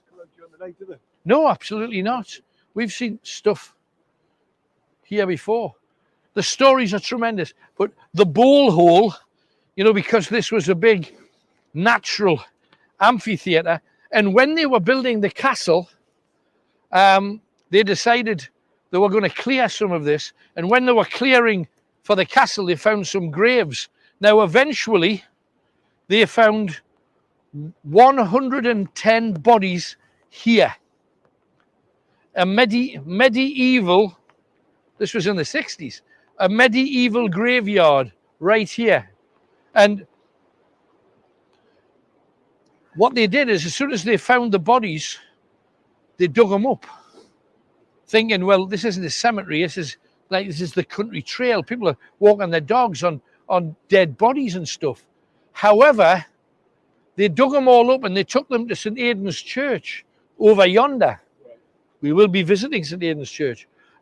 However, it seems that the spirits of the people who were put down here didn't want to be disturbed. Now, their spirits apparently walk around this wood desperately searching for their bodies. Right, of course. Because they're not here anymore. Yeah. So that's the reason we're told that and it looks as benign as anything, but as the sky's darkening, this is a place that's going to be worth looking at. And also we're taking you into those bogs where all of those people were killed back in Roman times. It's just wherever you look, there's an amazing story. Snowdrops again. Snowdrops are a blessing, always. And it's weird, you know, because people plant the daffodils quite often. I know they've planted these because you see them in hard bunches. Yeah. It's when they go native, so to speak, and they just. Yeah. Because we saw that the other day at We that did. other churchyard, We did. didn't we?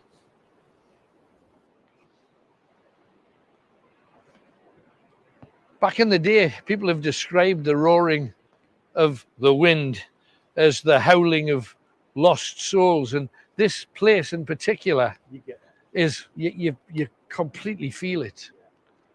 And incidentally, you know, we're going over the hill soon to see that boggy area.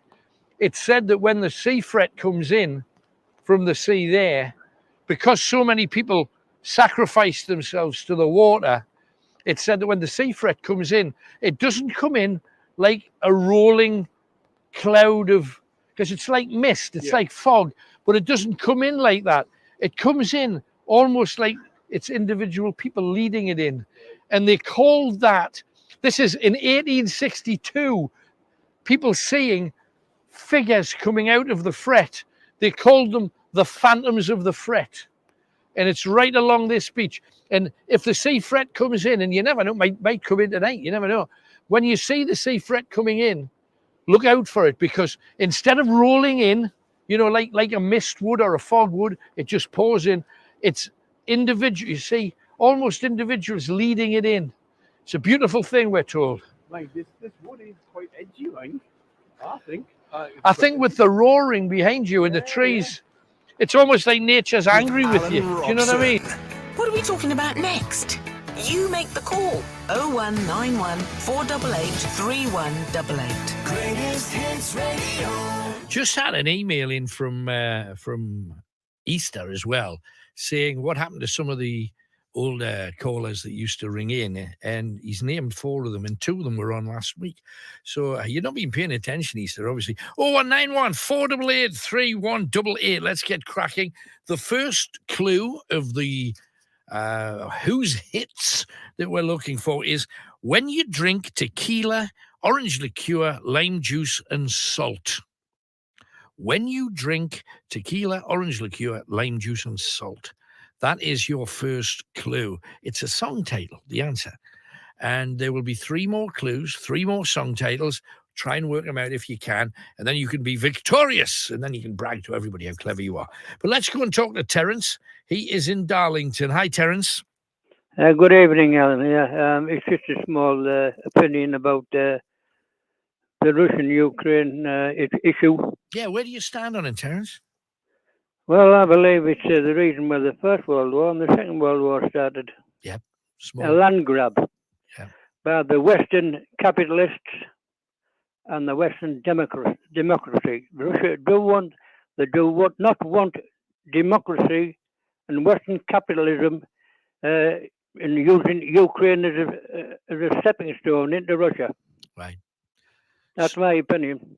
Right. Okay. Because of the Russian, the tremendous amount of mineral resources they have, they don't want it exploiting. Right. That's my opinion. Yeah, I'm sure there's some of that going on without any question. Where do we go from now, Terence? But the media won't tell you that.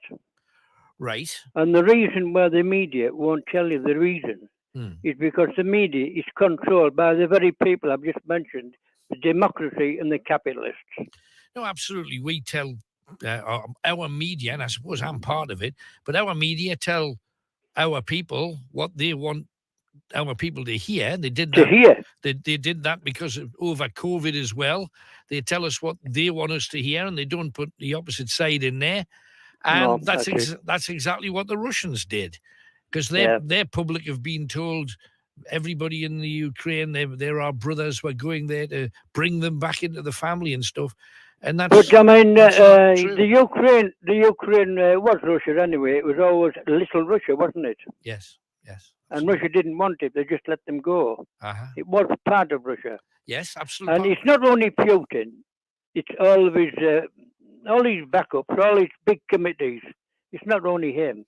Do you think that the various restrictions that they're putting on, especially the swift way of spending money abroad, which even the Russians use pounds and dollars, they've been stopped from using that. Do you think that's enough to strangle them back to Russia?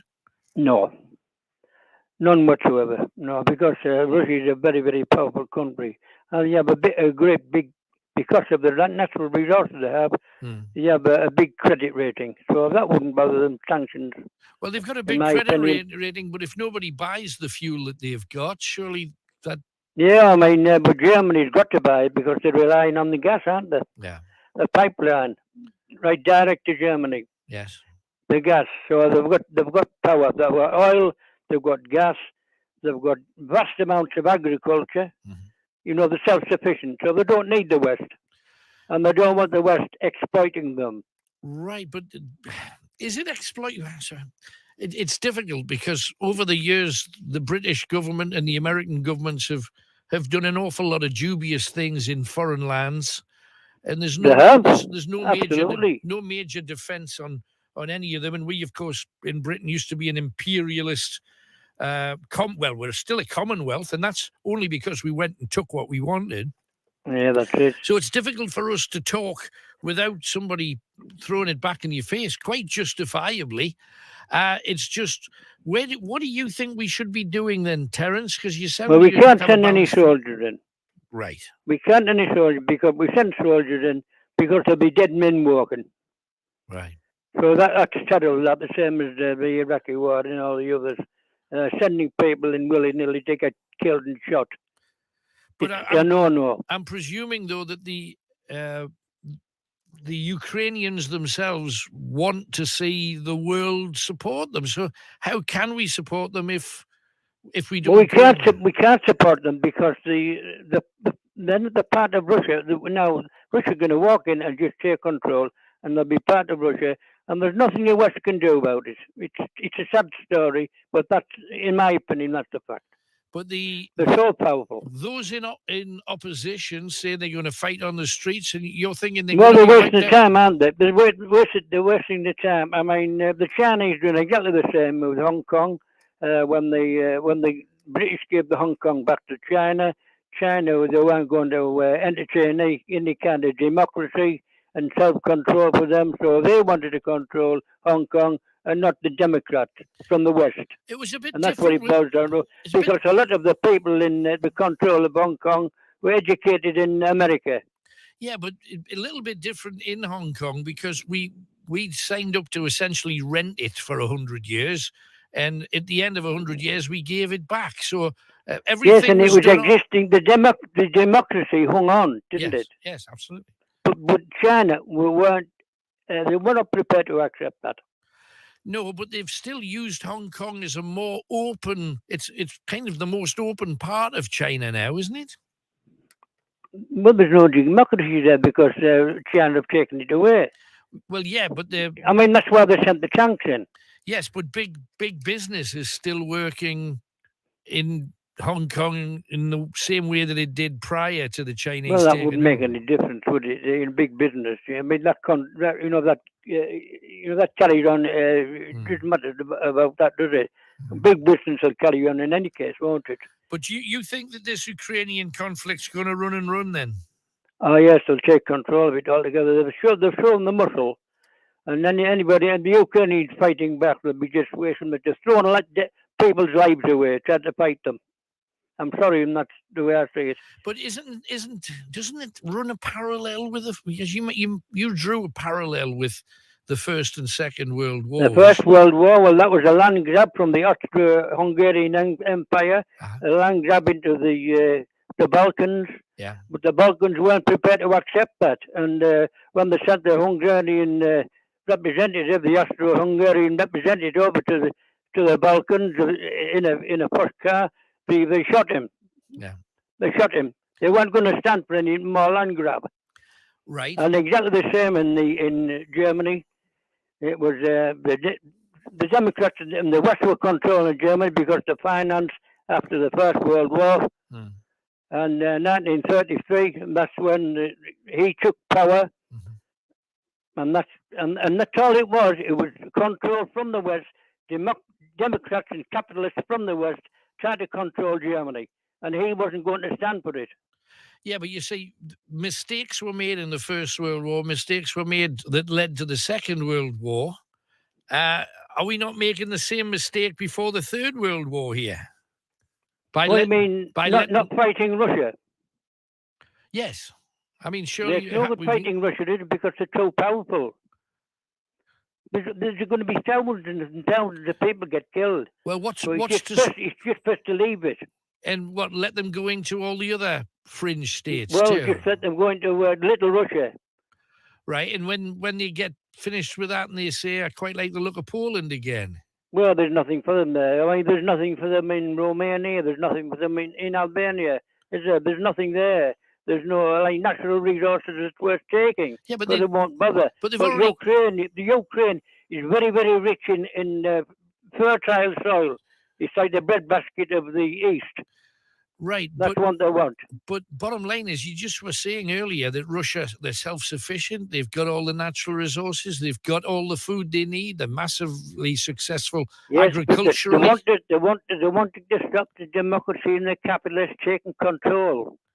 They've got control of the Ukraine at this moment. But the Russians don't want it creeping into their territory. Right. Well, it's going to be interesting to watch.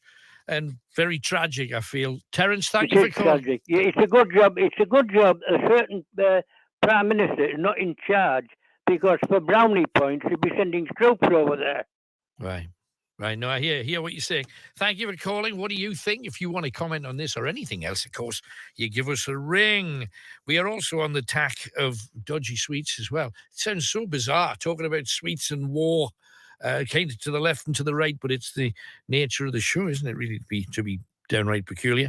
How about a bit of Otis Redding? Try a little kinderness. Oh, yeah, how about that?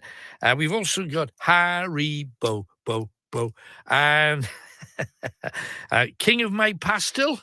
Hey, bit of Wham Jew. Return of the Karamak. Baby One More Dime. And Papa's got a brand new Lucky Bag. Bit of James Brown in there too. Can you put your favourite sweet? What is your favourite sweet anyway? 0191 488 3188. Get your calls in. Vicky's with us. She's in Hebburn. Hello, Vicky. Hello, Alan. How are you? I'm very well, thank you for asking. What can we do for you then, Vic? It's just to make your listeners aware of something that we're trying to get out there. Right. I'm representing driving instructors from South Shields Driving Test Centre. Did you know that the DVSA are closing this test centre in April? No. Why? Well, we don't know. I mean, we had a meeting with them on the 28th of January. I'll give you a bit of background. So, okay. We heard some rumours that they were going to close it back in November. We got straight in touch with Kate Osborne, our MP. Right. She's got in touch with the DVSA, and they did agree to have a meeting with her. But before that meeting took place, they actually announced that it was going to close. So effectively, they've made this decision with no consultation whatsoever. We have heard that the decision has come from the Treasury, and that it's a cost-cutting exercise. Right. But I mean, it's going to be. It's what they're trying to do is to take the 3 examiners that we have at South Shields through to Sunderland. But how can that be feasible with all this post-COVID recovery phase that we're supposed to be in? I mean, kids are waiting 5 months at the moment for a driving test. You know, that's how bad the backlog is. That's crazy. Yeah. I can understand, you know, the whole world has changed, and certainly not for the better in the last few years. Everything's gone back. There's no money around from companies. There's no money about people being paid off and redundancies and people not coming back from furloughs and what have you. The whole place is in a mess, and I can understand the government wishing to cut whatever corners they can, but surely the whole fact that you've got 5 months worth of people who want to take driving tests, that's profit, isn't it? I mean, surely cut away things that aren't making a profit, but you're making a profit, surely, to goodness. Well, the thing is, though, Alan, if this closure, I mean, yeah, they're supposed to be a non-profit making organisation, and they're all making a profit. Yeah. They've made about £1.5 million out of South Shields Test Centre in the last 6.5 years. I bet, yeah. So, yeah. But the thing is, if this closure does go ahead, it's going to have a cost impact, financial impact to South Tyneside per animal of over £2 million. And that's because people who live there, instead of going to their local centre, they're going to have to farm themselves out to other test centres around the patch. to Sunderland really. So Sunderland. what's going to happen with that is, I mean, at the moment, people are waiting about 6 weeks for a driving instructor. So if we've now got to make the commute to Sunderland every day with our pupils, that's going to decrease our capacity for the amount of people that we can teach. Sure. So the waiting list for instructors is going to get longer. Also, the lesson prices are going to have to go up as well. I mean, they're going up anyway, Alan, because of the cost of fuel. I mean, cost of it, it's not cheap to learn to drive these days. But if we have to then commute back and forward to Sunderland several times a day on a daily basis, the lesson prices are going to have to go up yet again. It's actually going to make learning to drive out of reach for some residents in South Tyneside. Well, we've heard that they're just eating and keeping a roof over your heads getting close to out of reach for some at the present moment. What can be done about it then, Vicky? What do you want people to do? Well, we'll have a big campaign, and we'll have an online petition if people would like to look up on change.org. It's Save South Shields Test Centre. Right. We'll have a Facebook page, we'll have a Twitter page, and we have an Instagram page. Kate Osborne has that. We did have a meeting with them on the 28th of January. Honestly, it was farcical. They never had any intention of coming to the table. There was a lot of questions that went unanswered. You know, Kate Osborne's gone back to them, and she's actually secured a meeting with the Transport Minister this coming Wednesday, and we're really hopeful of a U-turn. So what we're doing is, we understand that the driving test centre is in Jarrow. Actually, it's on the Bede Industrial Estate, and the lease is about to expire. So what we're trying to do, South Tyneside Council have been amazing. They're on board. They've got a whole team trying to source a cheaper alternative location for the test centre. Right. So really, if we can go back to the DVSA and say, well, you're saying it's because of cost, well, we can save money here. Right. What they should really do, in my opinion, is to keep as many test centres open as they can until they get rid of this awful backlog. And what they should do is they should recruit more examiners to Sunderland to make it full capacity. At the minute, it's only got 2 full-time and 2 part-time, and it's got capacity for 9 examiners. So it just doesn't, no matter which way you look at this, Alan, it just doesn't make sense. That whole thing, that stuns me. There's only 2 for all of WSA. That's just what? For Sunderland? Yeah, and then they want all of the pupils from South Tyneside to go over. I mean, what they're saying is that there will be no loss of examiners, so that, that what they can... So no harm done is what they're viewing. It's the same. But the point being is that it's yet another vital service being lost to South Tyneside and transferred to Sunderland. Not forgetting the carbon footprint aspect as well. I mean, if all of these pupils are having to make this daily commute back and forward to Sunderland, the carbon footprint's going to increase tremendously. I mean, we're looking at COP26. So far, this is actually the second test centre in the area that they're closing. They're closing Elsick as well. Oh, blimey, really? So so much for levelling up, huh? Yeah, absolutely. Yeah. So if you feel strongly enough, get yourself onto all of the places that Vicky suggested and make your view known. I mean, bottom line is a lot of people who maybe next year they're going to be looking to get their first car, or they've never took a test and they're heading towards it, think we're just going to be able to get this in my own patch. If you don't defend it now, there'll be fewer patches, and you're going to have to travel to do it. And I know how unpleasant that is. I wanted to get into Newcastle when I was taking my test. They ended up saying, no, you're going to have to go up to Blythe. And I ended up taking my test in Blythe because of a huge backlog. Nothing changes here. Because of a huge backlog in Newcastle. And you're driving on roads you don't know. I did fail my first couple of tests because I'd been learning how to drive in Newcastle. Alan, when you failed your first couple of times, do you think that was because you didn't know the roads that you were taking your test on? Yeah, of course. That's our argument. You learn them I was learning in Newcastle, and I knew exactly what I had to do and where I had to go. Then you go up to Blythe for the first time, and you're driving on roads you've got no idea of. You're turning left now, not knowing whether it's a busy road or it's not a busy road. You're reversing around different corners and all of the stuff is different if you don't know where you are. And I had no clue where it was. They are telling us that we don't need to do our lessons in Sunderland. They're saying all we need to do is to take our pupils here for 4 hours pre-test. which we all know is rubbish. That's an idealism. Most people fail that test because of lack of local road knowledge. Sure. But by them sticking to that rhetoric, are kind of denying all of the impact costs that are going to come to the region. And we've got some really complicated and convoluted road systems in Sunderland. You know, we've got people with learning difficulties, anxiety disorders. They're going to have to go and travel there. I mean, if you're interested, Alan, we are looking for someone to come and do a mock test in Sunderland, just to show the DVSA that even a full licence holder would fail that test on an unfamiliar road. If you're up for it. Well, that would be my idea of hell right there. I didn't have a good time with it the best. You've got the patience to be an instructor as well. Thanks for the offer. But thank you for coming on, Vicky. I hope it does some good, and a lot of people will be aware of this for the very first time. I know I am. That's what we're trying to do. So thank you for letting me speak on this. Just one more thing before I go. Yeah. We have actually got a second protest drive tomorrow. Right. It's going to be huge. It's not something that we'd like to do, but we're going to drive from Sunderland Test Centre to South Shields Test Centre, just to show the people of Sunderland the amount of additional cars that can be expected on the roads on a daily basis. So there's about 50 or 60 cars involved in this convoy.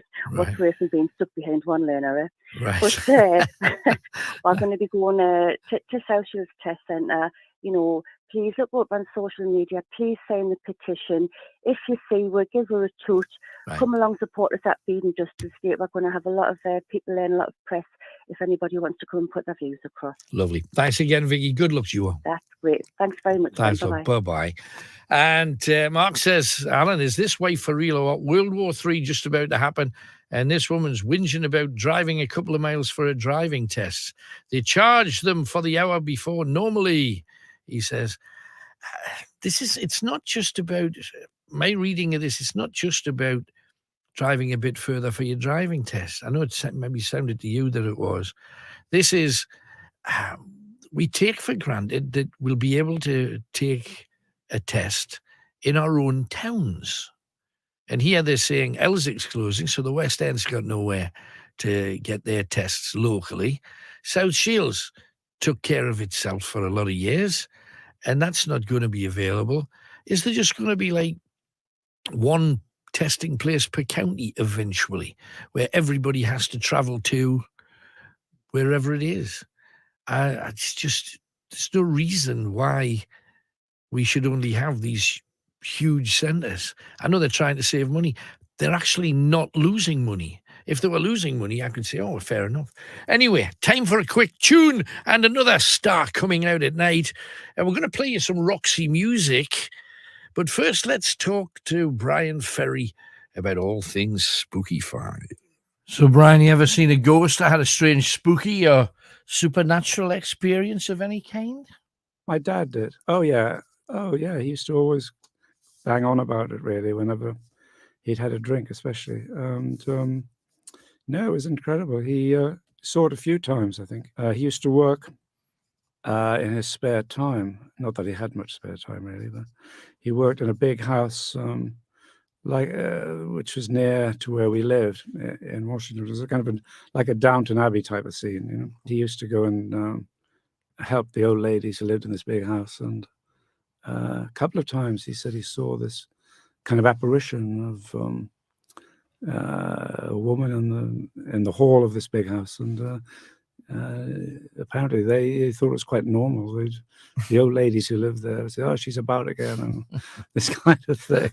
And he was a bit startled the first time. Then he got used to seeing the doors opening in front of him and stuff like that. Very interesting. But he was very genuine about it. I mean, he definitely said he saw something paranormal, which is quite interesting. And you've managed to sidestep it? Not me, no. I've got my feet on the ground, thank you.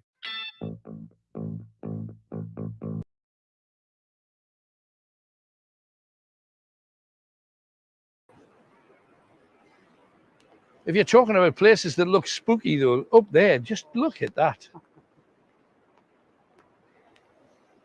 Especially the trees swaying like that in the wind. Trees swaying and those that are broken over.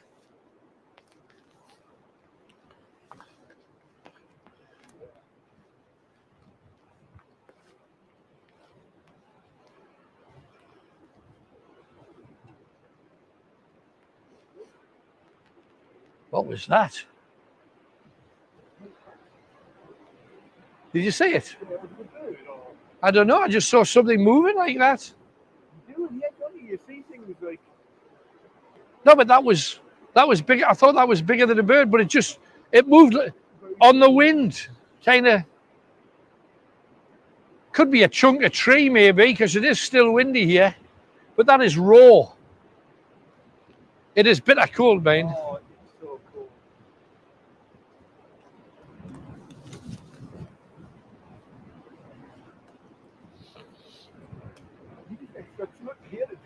You expect someone to jump out at any time. Weird though that this ground. Why would they bury 110 people all not in separate graves? You know, a lot of them were just hooked in together. And why here?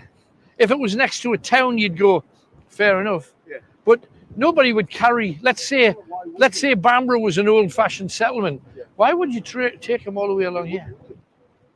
So it does make you wonder why. That way? Yeah, absolutely. There's traps in all directions with bits of tree that's fallen. Be careful.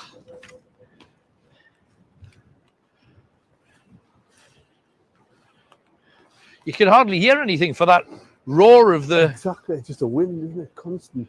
The wind. Oh, look at this. And there's the ghastly pool. Oh, look, rabbit. Oh, no, it's not. What's that? What's what? Is that a chicken? What? There, look.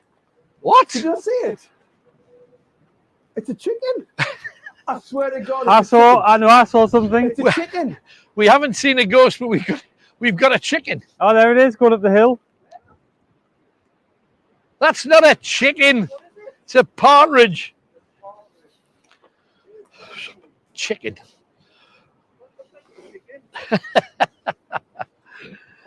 It was either a partridge or a she pheasant, one or the other. Very good, very nice.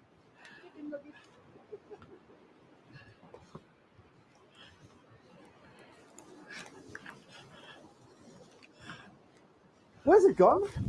Are you sure that was a partridge? Yeah. Oh, you bugger. Wow. Nearly.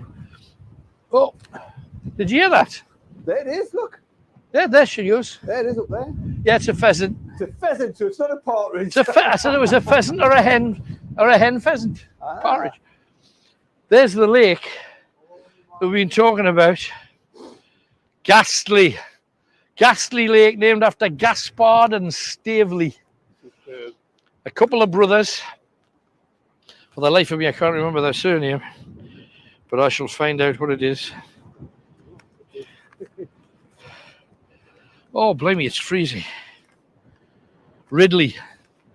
Their name was Gaspard and Stavely Ridley. Ridley. What a strange name. Have you seen this? People have used this for ceremony, haven't they? Do you not think? Yeah. Yeah.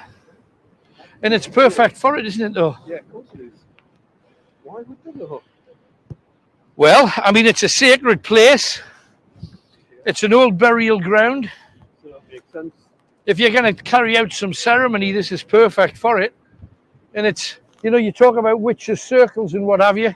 Circle of trees here. Yeah, that makes sense. I wonder who's done what here. This is wild. What's down there in the gully?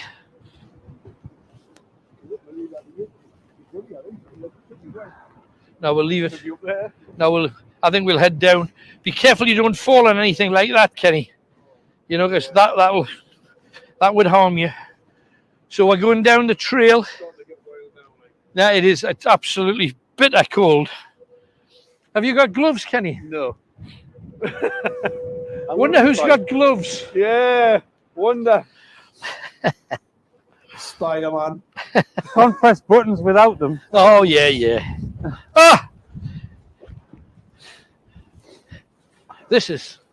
I'll remember that next time I'm DJing. I can't press my buttons without... Unless you got gloves on, absolutely. Oh, my word.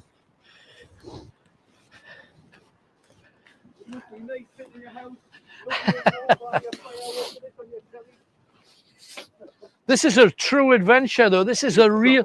you know, if you wanted to come to somewhere that, because I know a lot of the ghost groups, and no disrespect to them, we tend to crop up at similar places from time to time. I would doubt very many have come down here. It's like druids, isn't it? You get druids and stuff down here. That's what it feels like. Well, it wasn't so much druids, but there were a lot of people who hang on, I've been hooked. Got to remember there were a lot of very different faiths in this part of the world. Yeah. And a lot of them had totally different rituals to the Christians. And the Christians came and said, we don't believe in any of them. So you can imagine how much chaos that's caused. Blimey. This is wild. And see how far it goes on. Doesn't just stop. There's a fence up. So we might not be able to get too close to the river.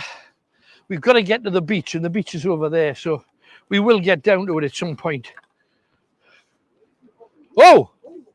Pheasant! Cock pheasant, that one. Was it our apartments family? No, it was definitely... It's starting to... Yeah. You can feel it, can't you? It's palpable. Now it's a witchy wood, isn't it? 100%. Look over there.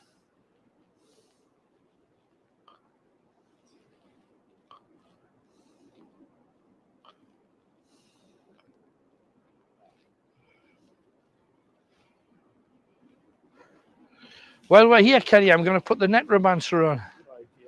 I think just for a bit.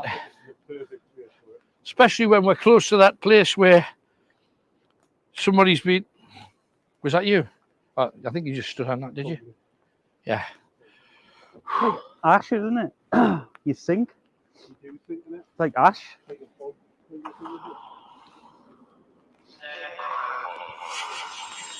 Right. Problem is it's bucketing down, so I have to be a bit careful with see if you can find some, Ken.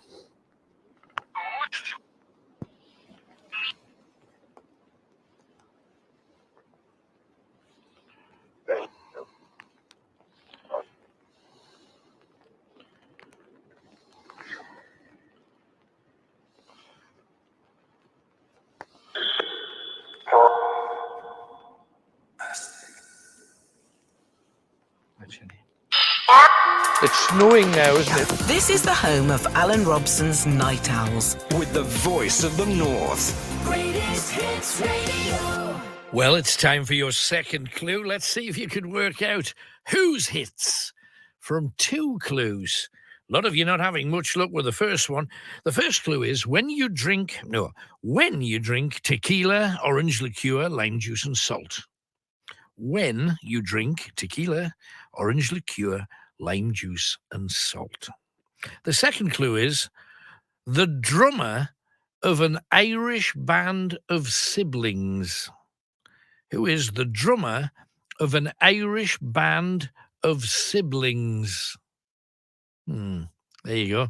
Oh, we're getting some sweetie songs. Toon Mam has come on. I like to chew it. Brilliant. Nice one. We've also got I Like Toffee, I Like Tea. Press Hardy says Shake Your Bon Bon by Licky Martin. Very good. Laurie Foster, Head, Shoulders, Knees and Toast. Not sure if it counts, but maybe jam on toast, although that doesn't rhyme. No, toast isn't a sweetie, but I know what you mean. It's sweet-ish. Nice try. A few others. Anything by the Werther Girls. Very good, the Werther Girls. And anything by Noel Gallagher's High Flying Saucers. Very flying saucers. They never had enough sherbet in, did they? Ever. Never. Anyway, let's crack on. 2 clues down. Whose hits? 2 more clues coming. I think it's actually the 3rd and the 4th that will get all of you getting the right answer on this. So let's get ready and crack on. Our next caller in is Chris, who's in County Durham. Hi, Chris. Hi, Alan. Hello, mate. Taking your test outside of the place where you've been practicing. Yes. I think that's a good thing, because we all know the standard of driving's really poor everywhere you go. Mm-hmm. And if people did take the tests outside of what they were comfortable in, their comfort zone, maybe we would have a better quality class of drivers in the future if people did that. I see the benefit of it, and let's face it, people are going to have to drive on those roads eventually anyway, once they get through their test. All I can say that, speaking by my experience, I'd learnt around Newcastle, took me test in Blythe and failed it, kept learning around Newcastle, failed me second test, and it took me 3 before I got through. But you could argue I'm a better driver because of it. My wife wouldn't agree, but I can think that if I want to. Yeah, we all agree. People's driving standards are not up to scratch. There has to be something that where we can improve on that. Is the answer that we're not having local centres? That's the thing. Possibly, I mean, sooner or later, someone's going to have to drive where they're not in the comfort zone. Sure. And maybe that's the time when everyone picks up on their mistakes. They're not comfortable. Okay. That's all I'm saying. That's okay. Thanks for your view. Right, so, the Ukraine and Russia. Well, I don't know anything about foreign politics, or wars or world leaders or anything like that. So I couldn't really comment. Right. But what I can comment on is what other people are saying about it. I did see a meme the other day that says now all of a sudden no one's bothered. No one's an expert on vaccines, but everyone's an expert on foreign policy or something like that. Right. It's just round and round and round we go. Everyone's an expert on the biggest thing on the news all of a sudden. Yeah. I mean, a lot of people do have loads of good knowledge about it. There was a caller on earlier. He seemed to be an older chap, and he gave his opinion on his side of it, which is great. People should have an opinion, Anyway, what I was ringing for mainly tonight was a continuation from what I said last week about getting handcuffed. Yes, Remember? Yes, I do, of course. Right, well, I've been to the pub. Right. And I was in the quiz night. And I was also playing pool in the other room. Right. And I had a jolly time, and I was having a jolly walk home. It was 5 minutes walk to my house from the pub. Gets halfway, and a Citroen, grey Citroen, just pulls up in front of me in a residential street. Two women get out in, just plain clothes, basically. And they put handcuffs, they grab us and put handcuffs on us. Right. And it happened before I could blink. Right. No, you told us this last week. What do you want to add to the story? Because we know what happened to you. So I'm going to have to make a complaint. So I've been asking around to get a solicitor. Right. Who will deal with this for me, because I had cuts on my hands and my wrists were bruised from the incident, which they took the cuffs off me and they let me go. I wasn't the person they were looking for, obviously, but I ended up with injuries. So I don't know how to go about it. I think I might have to get a solicitor. I have got a complaints card. Right. But I reported it as a crime initially because they were plain clothes and they didn't have any ID and they didn't say who they were. Right. So they took my bank card out, my pocket, and they had it for 5 minutes. So I didn't know who they were, so I had to report it as a crime in case I had to cancel my bank card. What have they done once you reported it as a crime? Then, when I reported it as a crime, the woman on the desk in the police station wrote everything down the way I said it, and I asked her if she would read it back to me just to make sure it was accurate, and it was. And she says someone will be in touch with you. So I give me email and my phone number. Right. And no one's been in touch, and it's been over a week. It's been a week and 2 days now. Right. Trying to see it from the other side, and of course they should have announced who they were. They should have said we're police officers from such and such. Here's our warrant cards. You resemble someone who has literally just committed a crime. We've stopped upon you. You match the description. We're going to take a look at. Surely, do they not have? Let's say you were that person. I know you weren't, but let's say you were that person. They'd have to cuff them, wouldn't they, to sit them in the back of a car or whatever? Yeah, absolutely. I've got no problem with that. Right, but that's what they did, believing that you could be that person, and then they checked you out, and when they checked you out, they found you were innocent and sent you on your way. You can forgive them for not identifying themselves, and maybe they'd had a really busy night, and that's fair enough. Well, at the end of the day, I'm left with cuts and bruises on my wrist. Is it really all that? Is it really bad enough to complain about? You would have thought. Because I'm from a part of the West End in Newcastle where a lot of me mates handcuffs were jewellery back there, and they had cuffs on a few times over the years that I lived there, and at no point did they say, "Oh, the police, how brutal! Look at me." They just dealt with it and got on with it. They didn't think it was worth making a song and dance for. Or is this just about money? You're trying to get some cash? No, what it's about is, would I want one of my family members going through the same thing? Well, I don't think anybody would. Nobody wants to be stopped. Not even just stopped. Nobody wants that. But isn't that part of the thing that the police have to do? They don't always get the guilty guy. Yeah, but the thing is, they shouldn't be harming people, putting cuts and bruises on people. Right. Even if they're criminals, they shouldn't be doing that, and they've done it to someone innocent. And I would hate to think my pensioner man went through the same thing. Right. It's not about money. Right. No, okay. No, I hear that. I don't want public money. I would give it to charity if I did get some. Right. So what is it that you want, though? Because if you walked into a police station and said, look, I've been assaulted by police officers and I'm really not happy about it, rather than just get a complaints card and fill it in and then expect them to come, they're busy enough to probably have other things to do than deal with that, and certainly not to make it a priority or anything.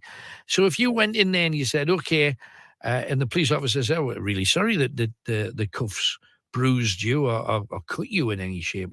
Did you take photos of the cuts and bruises? Yeah, I've got photos. Yeah. Right, okay. So right from the moment that it happened, you knew that you wouldn't take them unless you were thinking of doing something with them. So what do you want from the police then?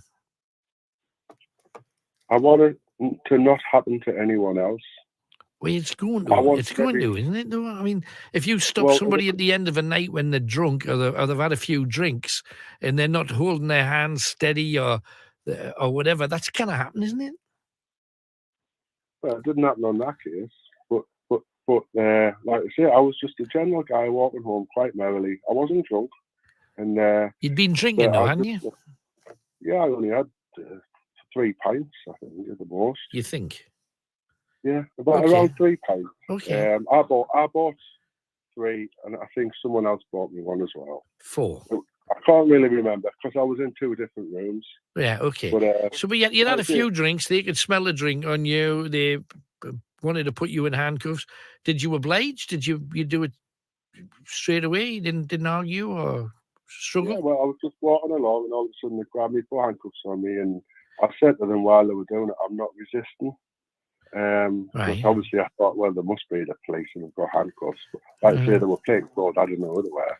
No, I understand that, but you still haven't told me what you say. What you want is, I don't want it to happen to anyone else, and I don't think anybody would like it to happen to them, quite frankly. Yeah. So I understand what you're getting at. It's just, in the great scheme of things, what do you think they're going to do? Oh, hang on. Somebody's just said, somebody's just emailed, E-Man, he'll be setting up a GoFundMe page next. Tell him to do one. Is the nothing like that. Well, okay. Nothing like that. No, but it's just what do you want? Deep down, okay. Don't do that again. And they're going to say, well, we're going to be handcuffing however many thousand over the next 12 months. Is somebody going to be bruised somewhere? Is somebody going to get a scratch here or a scratch there? Did you need any stitches? I didn't need stitches. It wasn't that bad. So it wasn't that bad. Let me tell you what I want. I'll answer the question. Go on then. What I want is the police to do their job properly, because in that instance they didn't. And the first thing I did after that happened was went on the internet and looked up the police website. And the first thing that came up was an internal affairs investigation. So someone died in their cells. They basically took someone with he had autism, and they left him and he died. And that was the first thing that came up. And that was only a few years ago. And I think if they've already been investigated by internal affairs and they've done that to me, I think there must be some big failings going on in that department. Do you have any idea how many people across Britain get arrested every day? And you're thinking one person, and hey, a few people have died in the cells, and there's always an inquiry and da-di-da. But out of all of the people, it's inevitable somebody's going to die in the cells, just purely from the number of people that get arrested every day. Are you okay with that, though? I don't think one person's life should be taken. No, what I'm saying is that the public service. People die in offices every day. People die in their own homes every day. People die, and it's normal. Yeah, I know. That's right. It's just you've got to find out whether it's anybody's fault or not. If somebody's arrested and they don't know their medical condition, and someone dies, that's a tragedy. But it's not a purpose, is it? It's not somebody's. They didn't do that purposefully, did they? But we can't confidently say. I'm sure we both agree that no one should be dying in public authorities. People die in prison all the time because many of them have old age, many of them have disease, pneumonia, all kinds of different things. Because but that was dying of a disease. That wasn't dying as a direct result of an action from the public service. No, but if somebody has autism and they have special requirements that they haven't passed on to the police, is that their fault? Well, I didn't. You didn't look into it, so you don't know. But this is not about them. This is about you. You were stopped by the police. You didn't like it. Yeah. You've said that they're bruised. You're badly bruised and you're cut. And then 2 minutes ago you said, no, it wasn't that bad. So it wasn't that bad, but you're gonna make complaints and stuff. And I said I didn't need stitches. No, you said because it wasn't that bad. But if you say it wasn't that bad, why? In response to you saying, did I need stitches? Yeah, okay. So how bad were the scratches then? I mean, tell me about this because I've had handcuffs on, and have you? Yeah. Aye. When was that like, Alan? If it was in the bedroom, you don't have to say it. No, it wasn't the fluff. I wish it had been the fluffy ones, but it wasn't. But bottom line is that I didn't like them. They were uncomfortable. But they didn't cut me and they didn't particularly bruise me. I must have. I didn't look, but I don't think that I was bruised. Were you bruised because of what you did where you had them on? Or? No, seriously. I was actually, she put them on too tight, and that's the truth. You know, and I said to her, look, I've got pins and needles in my hands. Can you please loosen on the right-hand side one? Right. She just ignored me and sat in the car and read my bank card for 5 minutes. Right. And I had bad pins and nails. She has ruptured the vein because I've had pins and nails in my hands since. Okay, so... And, I did have 2 red lines on the inside of my wrist. And I had 2, about 1.5 on the other side because there's more flesh there. On the other, my left-hand wrist's not too bad. And after a couple of days, the lines went, they were cuts. You know, I'm not just saying they were red lines. They were there for a few days. Right. I've got about 30 or 40 emails from people who think you're a right soft S word. You know, so you kind of cope with having the cuffs on. You should. A friend of mine did 10 years and he was innocent. Somebody else is saying, and that's horrific. It's more horrific than being stopped and found innocent, which is essentially what happened to you. Yeah, well, I was completely innocent, you know. But I'm going to make the complaint. You know, I know you get a lot of. Yeah, it's up to you. You can do what you like. It's just. Yeah, I'm going to make a complaint. Okay. Definitely. Well, we'll see what happens. If I do get, I know it's all about when you make a complaint, you get compensation. I'll give it to charity. I really will. I don't want to take public money. What I would like to happen is to learn a lesson. You know, and hopefully do things better in the future. Somebody else has said, this is from Karen. Karen says, this guy's saying that he just wants to make sure that the police do their jobs better. So what he's going to do is get them spending hours of their time trying to sort out his poor little bruises rather than chase after criminals. Is he for real? Anyway, that's their view. Thanks for calling. 0191 488 3188. But hey, you know, it's his life. If he wants to make a complaint, let him have the complaint. Let's see whether it goes anywhere or not. Be interesting. Other things, some more sweetie stuff. Baby, it's Spanish gold outside. Oh, that's pretty good. Drumstick up the pieces. Chew it again. Steely Dan.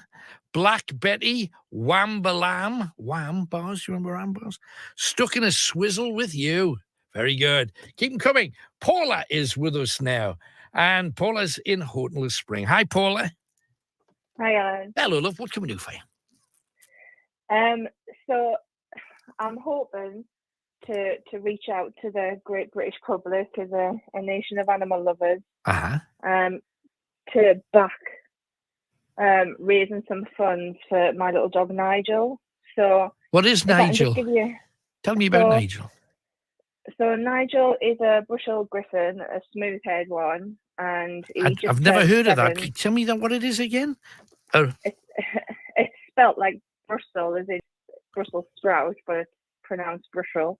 Brussels. And then it's Griffon. Griffin. Yeah. Sounds posh. What is it? What does it look like? I'm going to look it up right now as you mention it. Okay. Yeah. Have a look. And right. He's a smooth-haired one. Right. Okay. Hang on. Just getting them up. Oh yeah, they're cute. They look like they've got a big beard. Nigel doesn't have a beard because he's smooth-haired. All right. So if you keep scrolling through them, you'll probably see a Nigel. To be honest, it looks like a hairy Yoda, as far as I can see. But that's a Brussels Griffon. It's a breed of toy dog named after the city of Brussels in Belgium. Right, okay. I know what we're talking about now. So what can we do for you about your Brussels Griffon then? So Nigel hasn't had the easiest of life, and he just turned 7 in November. Right. So he's still only halfway through his life, and he's had a whole host of medical challenges, bless him. So in his first year of life, he was diagnosed with hip dysplasia, which is a genetic disorder where the ball and socket are meant to grow at the same pace and they don't, which resulted in him having to have his hip removed. Okay. He spent many months in having rehabilitation with hydrotherapy on treadmill sessions. And the little trooper battled on through to then discover that he had a luxating patella, which is where the kneecap pops out. And it was a grade 3. So he had to go back in for surgery again and have his leg pinned so that his kneecap stayed in place. Right. Because of all of his surgery on that side of his body, he then started using his other leg to compensate a little bit and resulted in another luxating patella on his other hind leg. Luckily, that one wasn't as high grade as the first one, and that's been managed for the last 4 years successfully without surgery by taking him for what's known as a fun swim every Saturday with a hydrotherapist. Right. How are you paying for this? Because that's operation after operation after operation, and even if you've got insurance, surely at some point they say, "Hang on, you need to either pay more or whatever." How are you dealing with it? It is. So the insurance premiums are quite extortionate, but once you're kind of with one insurer and you start having problems and surgery, and then you don't know if it's going to cause another issue that's related to that first one, you're kind of stuck with no choice because other insurers won't insure existing medical conditions. So are you just blanket covered then? No, so he is covered up to a certain amount of money. He's covered up to in any insured period. But obviously, the more claims that you make, then the higher the premium goes the following year. I understand, right. You've still got to pay the excess, and you still have to pay 20% of the medical bill. And the hydrotherapy, so his weekly swim, isn't covered. For the last 4 years, I paid So for that how much is that, myself if you anyway. don't mind me asking? How much for a hydrotherapy swim for a dog? So that's £25 for 30 minutes. Jeepers, really? But it's really good for him, and because of the hydrotherapy, well, the fun swim, as it's classed as, he hasn't had to have surgery on that other leg, and it's kept the muscle in the hip side where he had his hip removed. You never So it's been actually tempted really just good to for buy? his mobility. Never been tempted just to buy some wellies and go to the coast? No, he's too small. The waves will wipe him out, unfortunately. Right. Keep him on a lead. How you him in a pool and play? That's £100 a month before you start. It is, but they can video him underneath the water and stuff like that, so they make sure that all of his legs are going in sync and moving. You know, the qualified professionals, and so they would be the first people to notice if he deteriorated in his mobility as well. Okay. So how can we help you then? Well, he's always been a funny, sociable, happy little dog, despite all of his medical challenges there. But then, sadly, in August of last year, I noticed his behaviour changed. He kind of lost his spark, didn't want to play with his toys, and his toys are his life. He's always got a toy in his mouth to bring here. So I took him to the vet, and he was diagnosed with diabetes. Oh, blimey. Right. So now he has to have 2 injections twice a day, 12 hours apart, exactly 12 hours apart. He's got to be on a really strict diet with no treats. His food's got to be weighed out. Right. So that's exactly the same portions. And he wasn't very responsive to the insulin at first either. Right. So it's taken around about 4 months to find a fine balance of the volume of insulin that he needs in order for a dog his size. So the vet's got quite creative, and he's had 6 freestyle Libras fitted up till now. And a freestyle Libra is what humans have to monitor their diabetes, and those sensors last for 14 days. Right. So I was scanning the Libra and sending the results to the vet for them to chop and change the amount of insulin that he was having to get it under control quite quickly. How did he get So diabetes in the first place? Was he just like eating lots of sweets, or how did that come No. about? I They said don't it's just one of understand those- how animals get it, because I've got it, but it was by what I intook that created that, if you know what I mean. I was fizzy drinks and stuff, but I'm just stunned. What a poor little thing. He's got all kinds wrong with him. So how can we help you then? Is this still the question? Yeah, so as a result of the diabetes, he's developed cataracts in his eyes, and in the last 2 weeks, he's practically lost all of his sight, and it's come on very, very quickly. He was taken to the vet. He's been to see an eye specialist last Thursday, who told me that he needed surgery to remove the cataracts, and they said that the surgery is highly successful in dogs. However, the longer that it's left, then the more likely he is to suffer with other conditions such as glaucoma, and he ultimately will go blind. But even just in the last 2 weeks, his sight deteriorated so much that he doesn't know what's happening. He's getting really confused. You know, it's all very scary for him. But the surgery is actually going to cost £5,500. Whoa. So I have set up a GoFundMe page, and I really don't want to feel like I'm getting a big and ball out, but this little dog deserves kind of, you know, a fighting chance, because the diabetes is under control, the legs are all sorted, and this is just sadly a consequence of his diabetes. But they said that if they can do the surgery, then his vision will be restored and he'll still live a happy, healthy life.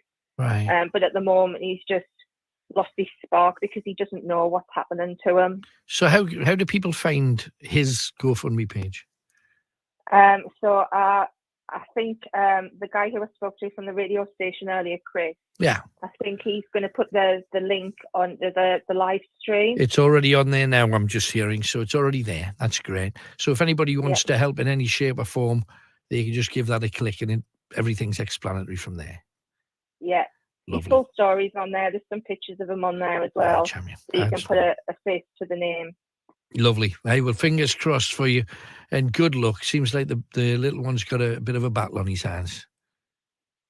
Thanks so much, Alan. Honestly, I really appreciate the fact that no problem. You just let me tell a story. Fingers crossed. Thanks a lot, love. Bye-bye. What a shame. If it was your pet, you'd feel exactly the same as that. Right. Brian is next. He's in Gateshead. Hello, Brian. Hi, Alan. Have you obviously you've probably been watching the news about what's been going on in Russia? Sure. It is quite worrying. I've been watching it earlier on tonight. Apparently, what they've been doing now is they've been loading up thermobaric missiles onto lorries, which are like mini nuclear warheads, and they can be fired in a residential area and kill literally thousands of people through poisoning. And they're putting them on the back of trucks and going towards parts of Ukraine. It's just ridiculous. If he's capable of killing Ukrainians who are supposed to be their brothers and sisters across the border, he's got no, the guy has just got no understanding of human life. He's quite capable of destroying anybody who gets in his way. So what do you want us to do then, do you think, Brian? Oh, well, I think what it is, he's trying to leave a legacy, right? Basically, he actually realised, because what happened was when the Berlin Wall came down in 1989, he was a brigadier in Dresden. And what happened was when the East Germans stormed the Stasi headquarters and smashed it all up, they decided to storm the KGB headquarters next to it. This is what somebody had said on TV tonight. And what happened was he came out and said, if anybody goes anywhere near the KGB headquarters, you will be shot instantly by special forces inside the inside the building. So they didn't storm it. And he went on the phone to his superiors over in Russia, whoever was in charge at the time in 1989, and they just basically said, we're just waiting for orders because obviously we're not going to take any action, and he felt like let down by that, you know what I mean? Right. So the way he's looking at it now, he wants to leave some kind of legacy where he wants to try and recreate parts of the USSR by, getting he said that. Ukraine back in line, and then the Baltic states. I don't think it's going to go beyond the Baltic states, but I think what might happen is people in Russia will get word of what's going on in Ukraine, and I think they probably might, well, hopefully, I don't know, they might actually cause such a rumpus that actually bring down his government, because obviously they are being fed wrong information about what's been going on out there. Yeah, and on top of that, I don't think the Russian people have any idea just how wealthy, one of the richest men in the world, Putin, while their country is not particularly well off. And, that's their money he took, isn't it? Yeah. You know what I mean? So it'll be interesting to see. This could be either the beginning of something really nasty, and well, it is something really nasty, but it could get a damn sight nastier, or perhaps it could be a slippery slope for Putin himself. Well, yeah, I mean, the thing is, he's saying that NATO are trying to, encroach on Russian borders, but NATO are just basically a defense mechanism. They're not there to attack. They're just there as a defense. I mean, and obviously Poland, Romania, and other Slovakia. There's a few others. Yeah, they've obviously joined NATO because obviously they want to protect their own borders, and obviously, even though they are getting quite close to the Russian border, they're not there to attack Russia. They're just there as a defense mechanism, basically. And obviously, he wants to, turn that around a bit to have some kind of buffer zone between Russia. You can't blame him for that, though, can you? Really? Oh well, not at all. But I mean, like, to go into the country next door, a lot of Ukrainians and Russians are integrated. They're married to each other, and they've got a common cause because they're very close to each other. And he's, basically invaded that country, really, hasn't he? So it is quite worrying. But I mean, like, the latest thing is now there's a convoy about 3 miles long, armored vehicles, tanks, and all sorts on its way. So he's sending the heavies now. I think Ukraine's going to get splattered. I think the way things are looking, the only once all these heavy vehicles get involved and stuff, they are putting a huge resistance on us. So it is worrying. I mean, I just don't know what you feel about it. I think, I just hope somebody comes to common sense and we just try and, the peace talks that are going to happen. I just hope they come to something. But I think he's got other ideas. He's just using that as a, as a deployment, really, to show these people that we're trying to talk peace with the Ukrainians. But obviously, he doesn't really want that. I just think he wants to carry on. Yeah. Leave a legacy. Really, what do you think of that? Do you agree with that? I think a lot of what you say makes absolute sense, and I agree with you. It's about time that I said at the beginning of the show that the world's got a chance to stop it in one fell swoop if they do everything they possibly can to stop Russia doing anything else anywhere else in the world, and stop the oligarchs and all the people who have because Russia's got a fortune in America, it's got a fortune in Britain, it's got a fortune in France, Germany. All of these countries have rich Russians that own an awful lot. If all of that's suddenly frozen and they don't have access to the money from it, I think it might be enough just to make them think, well, hang on, I had the world yesterday, now I've got 20% of the world because the ruble's already gone down 19-20%. Just maybe money talks more. Okay, let's face it, we haven't got enough of it to really know. But Putin will be he'll be feeling that, I'm sure. Yeah, I mean, he's even said that he said it is Western aggression. They're trying to put a squeeze on his country economically, aren't they? Yeah, so, right. But what do you think back about what they were trying to do? Have a European army. So it seems like a good idea after all, like having the European army to defend the West. I think. Would you think about that, Alan? Well, as I said at the beginning, when they were thinking of, having all these Russians on the border, my suggestion was to put a few thousand Brits, Americans, Germans, French, Australians, Slovakians, Romanians, Polish, get a whole batch of them standing on the border and say, if you take on one of us, you take on all of us. And it's up to you, your move. The problem with that is, if he calls and says, okay, then what do you do? That's the worrying thing. And that's why so many people have said, don't send troops in. It could just, make things worse.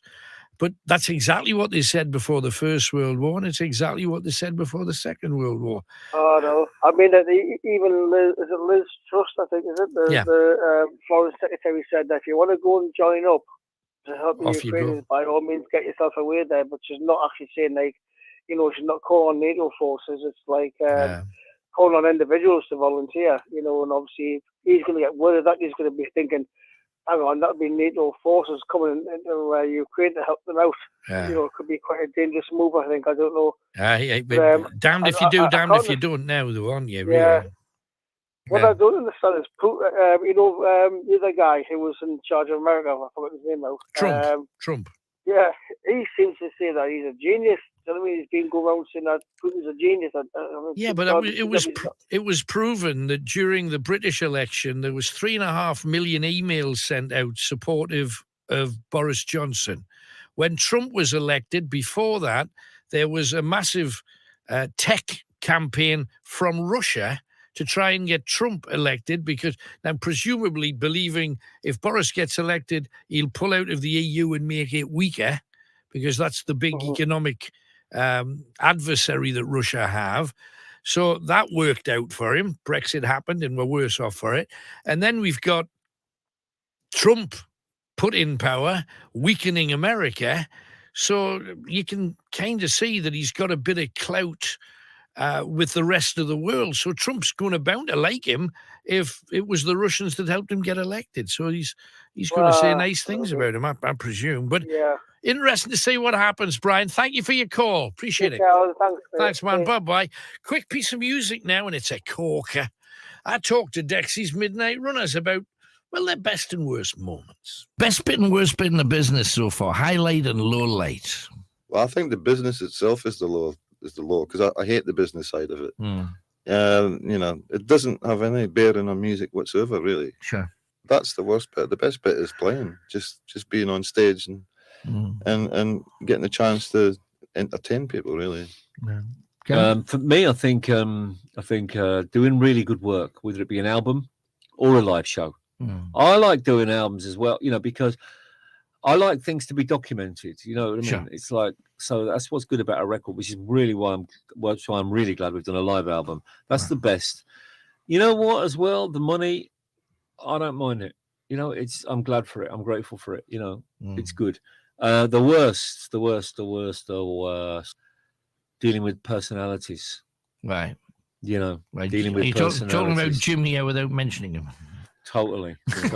What? No, wait. Actually, definitely not anyone but Jim. But okay, might be people in the business. Do you know what I mean? Who don't get it, but say they do. Yeah. Might be band guys. Not now. We've got a good band. I can hand on heart say every one of them people, I'm totally up for. They're totally getting it and they're totally committed to it. But there has been times, when. They just, I don't know. Bands, we're human beings, and the stakes are high, and people get jealous, all that kind of stuff. And it can be very hard dealing with the personalities and the politics. Yeah, for sure. I'm probably being far too honest now.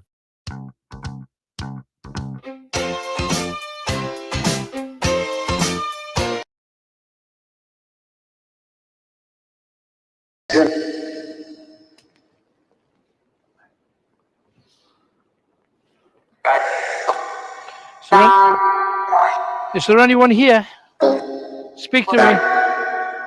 Speak to me.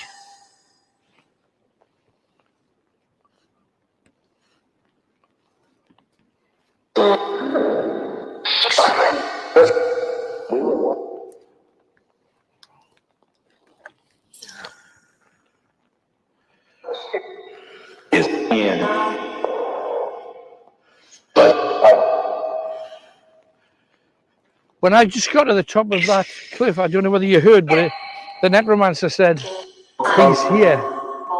Yeah. Oh, blimey, it's bucketing down here. Look at that lake. You could believe somebody did something dastardly down there, can't you? Never. Let's head this way, see if we can get a gap in the fence.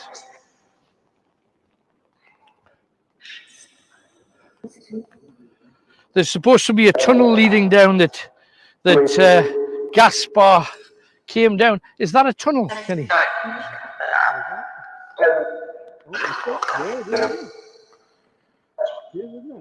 That's what we got to head for.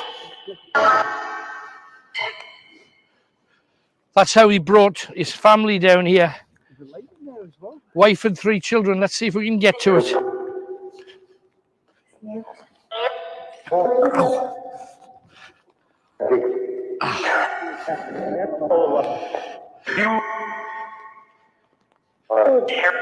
Is Gaspar there? Where's Gaspar? Ow.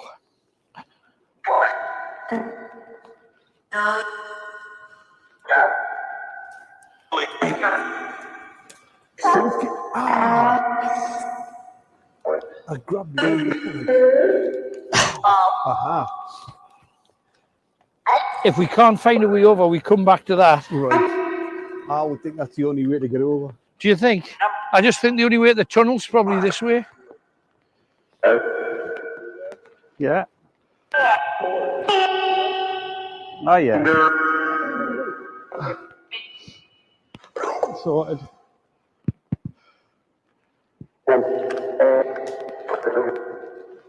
Is there anyone there called Ridley? Ridley. I said who? I know. Who? Looking for Ridley. I said Ridley. Said Ridley. There's a whole host of Ridleys. Gaspar. Are you there, Gaspar? Stavely.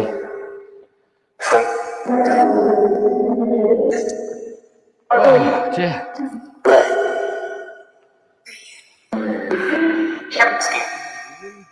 Absolutely. Ow. Just be careful, Kenny. Sometimes you walk with your face into one of these. I'm not surprised to come to do like, movies here and stuff like that. Actually, I think you might be right about crossing over. Well, I think we're going to have to go back. We'll have to go back there. Yeah, I think so. Sorry, everybody. My fault. I just think if we see a place that we can get over, we should. I'm going to switch this off for the moment. Right. And just tuck that away because it's getting soaking. And I want to tell you the story of this lake.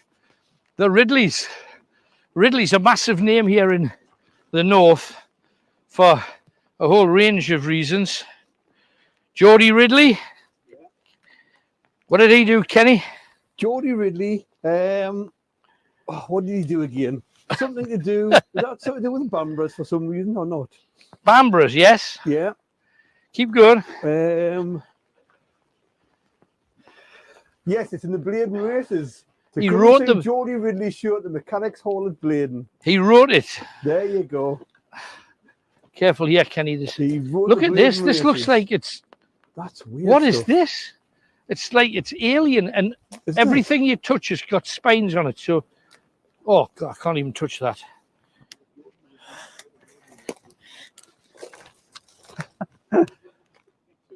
Ow! On a summer's afternoon, absolutely. Now, oh, it's a bit clarty here, man. Be careful. This is going to be fun till you get the cut here. I'm fine, man. Watch this because it's Yeah, it's still got it's that. thorns. It's hold on the post. Sorry? The post, I think you hold No, I on to. intend to do that. Just you're going to snag on that. Yeah, because it's still like a barbed wire at the top of it. So stamp on it. I would have jumped over worse than that. I think we'll probably have. When them cows came at us. It is slippy line. Oh.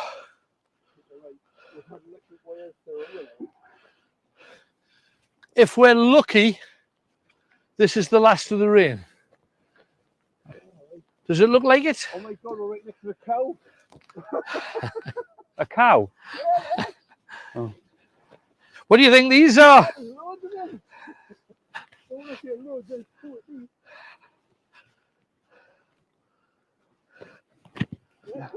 Oh, but yes, there's lots of cow pats.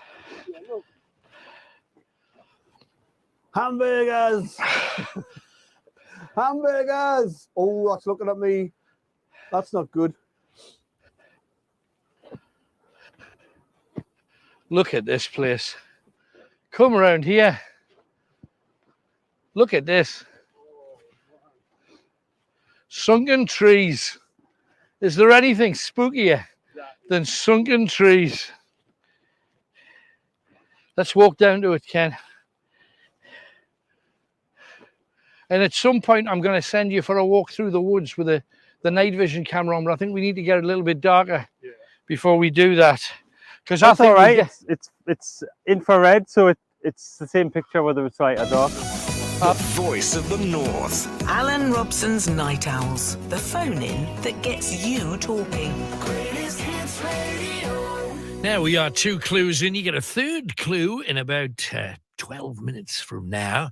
And then 20 minutes after that, you're going to get your 4th clue. How close to an answer are you on tonight's competition? The first clue, when you drink tequila, orange liqueur, lime juice and salt. When do you do that? Second clue, the drummer of an Irish band of siblings. What's the name of the drummer in an Irish band of siblings? Third clue, 12 minutes away. Get ready for it. Easter says, I'm saying note, mate, but 5K for a dog. Really? To give it what? Another couple of years, maybe? Might be me, mate, but howie man ho, says Easter.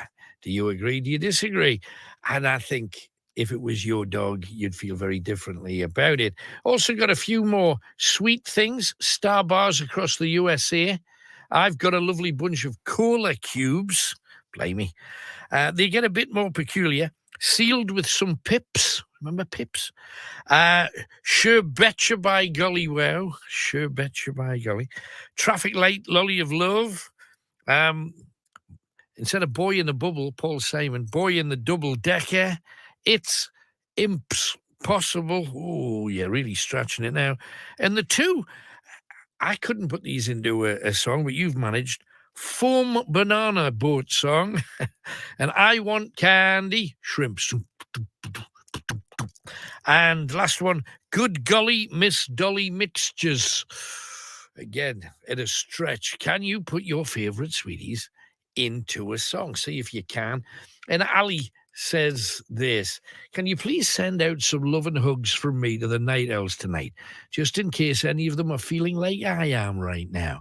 A massive sense of sadness as we listen to people's views of this devastation that's unfolding in Ukraine.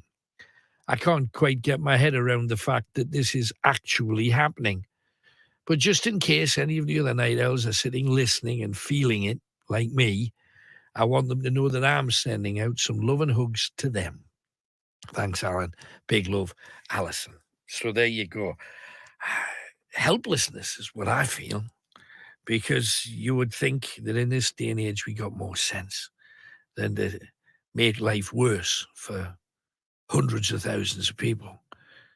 Getting convoys to go into a foreign country with nothing, leaving their homes and their jobs and everything they own behind. Imagine if you had to do that just for a second. Terrifying, isn't it? 01914 883 188. Angela from Shotley Bridge is up next. Hi, Angela. Hiya, Alan. Hello, love. What are you ringing about tonight?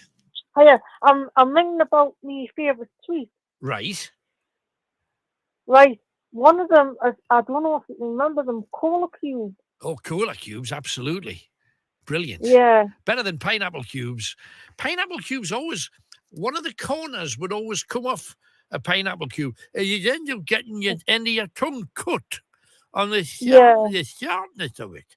So, yeah. Oh, I've had that loads of times. Cola cubes were great, though. No, absolutely. And also, can you remember the sherbet dip job? Absolutely. Yeah. Where you got like your packet of sherbet and your little lolly. Yeah, well, they've started. I've had a one recently. Well, not that recently because I'm a diabetic, but before I was diagnosed, I remember having the little yellow packet.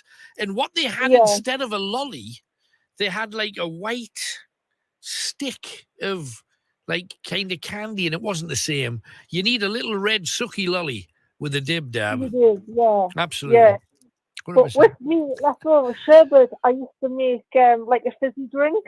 Oh, right. Right. They always said there was a thing that you used to be able to buy when I was little called sherbet crystals, and they were like sugar, and they were all different colours. And of course, once the person selling them put it in a white paper bag, as they used to do, all of the colours all kind of mixed up anyway. Turned your tongue a funny colour.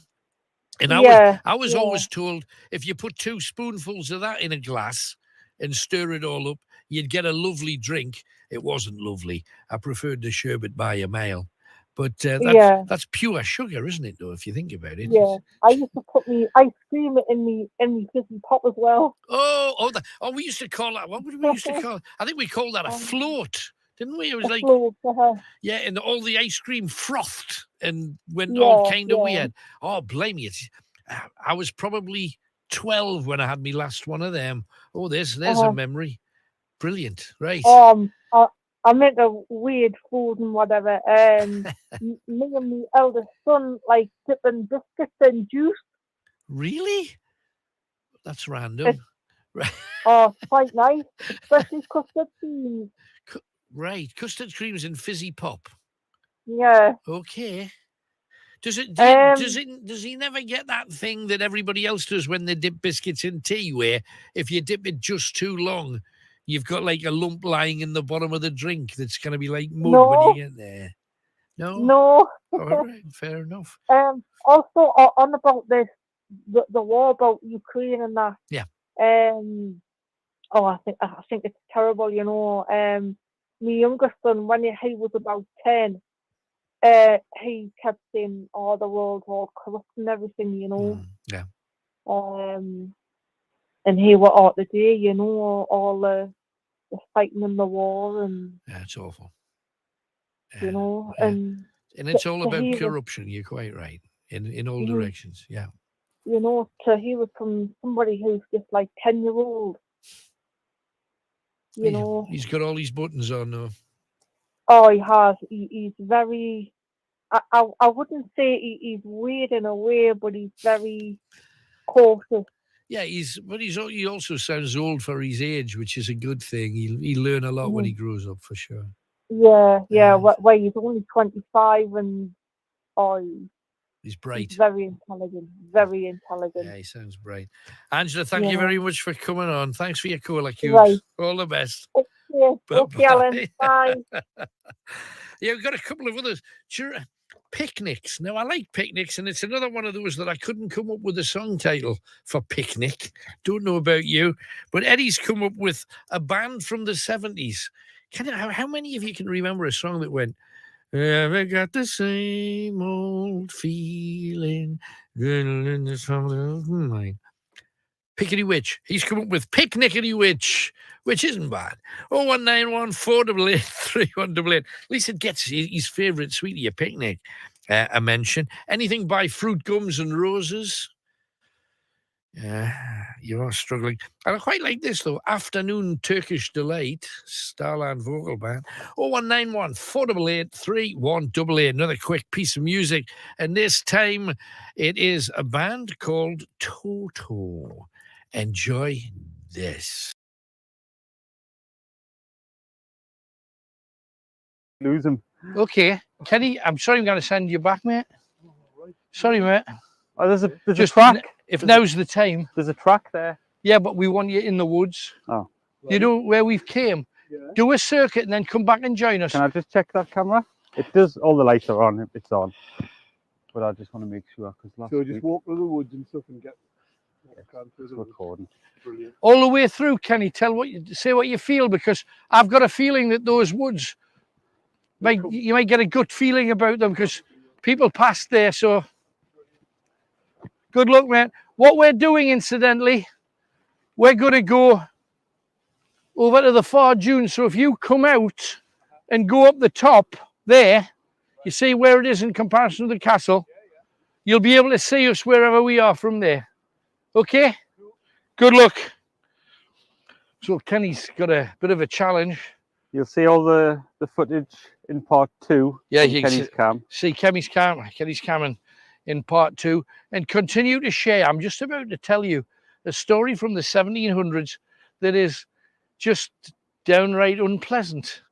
And yet it's another great reason for you if you're interested in ghost hunting or spirits or whatever, or if you're just interested in incredible historical stories, you come down here. Now,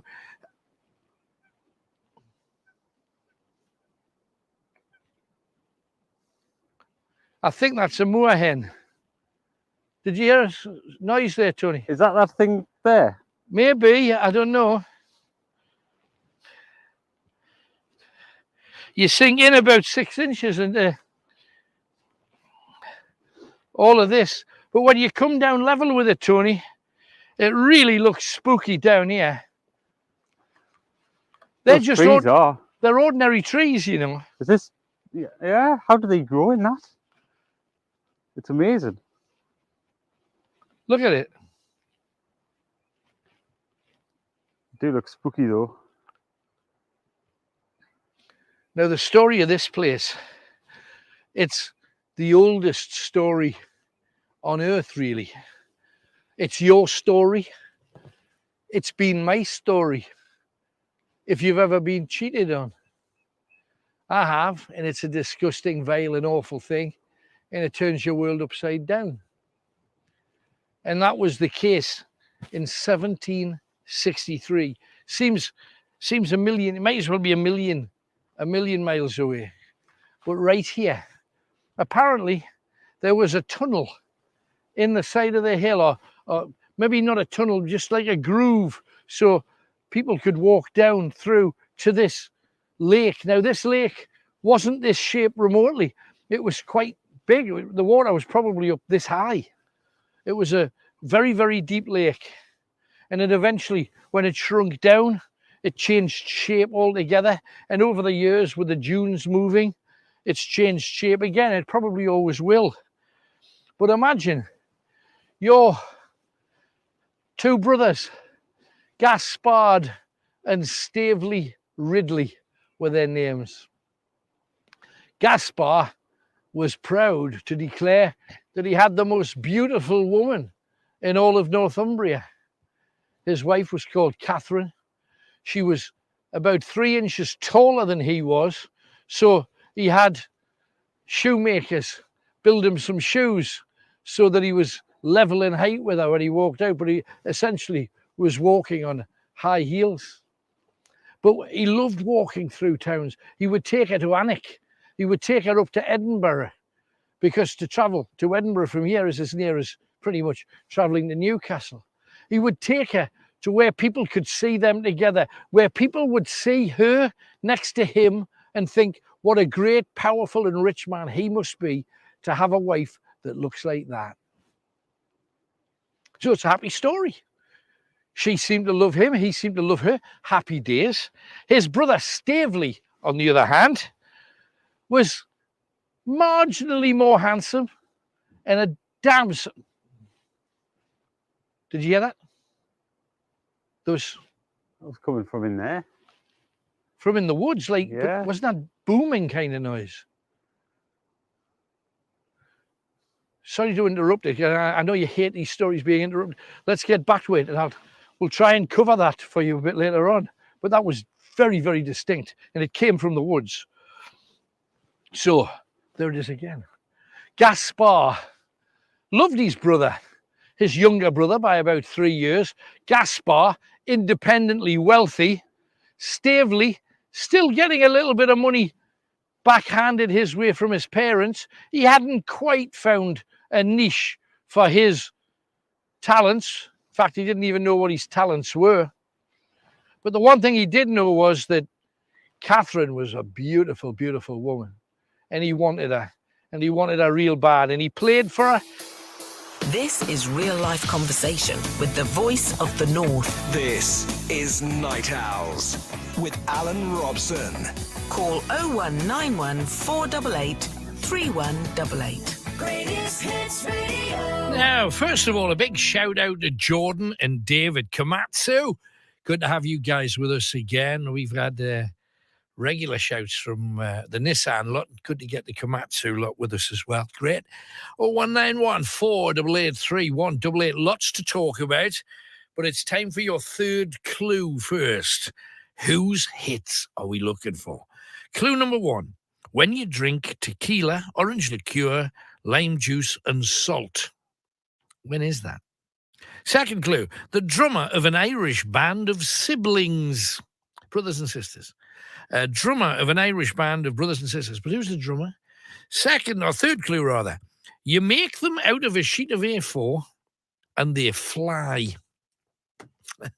You make them out of a sheet of A4, whatever A4 is, and they fly.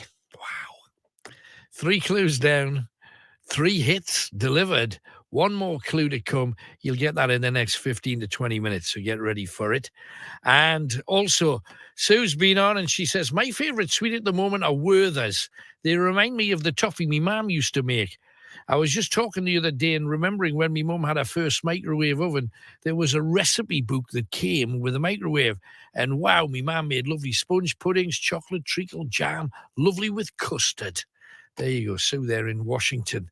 I remember kind of the same, because I think Mams must have come out around that time with a similar kind of package, because I remember my mum making toffee, but toffee that when you broke it with a hammer, it went all kind of flaky, wasn't horrifically chewy, and little cakes with icing on in hundreds of thousands.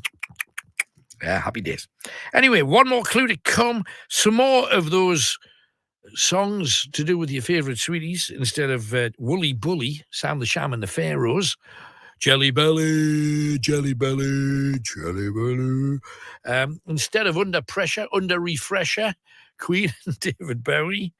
Also, The Log on the Tyne. Apparently, what sweetie is a log? It might be a sweetie after it's come out, but is there a log? Chocolate log or something? Who knows? 0191 488 3188. Last chance this hour to get your sweetie heard. So make a point of it. We got Sarah next. She's in Newcastle upon the Tyne. Hello, Sarah. I beg your pardon. I am jumping the gun. Sarah is second call in.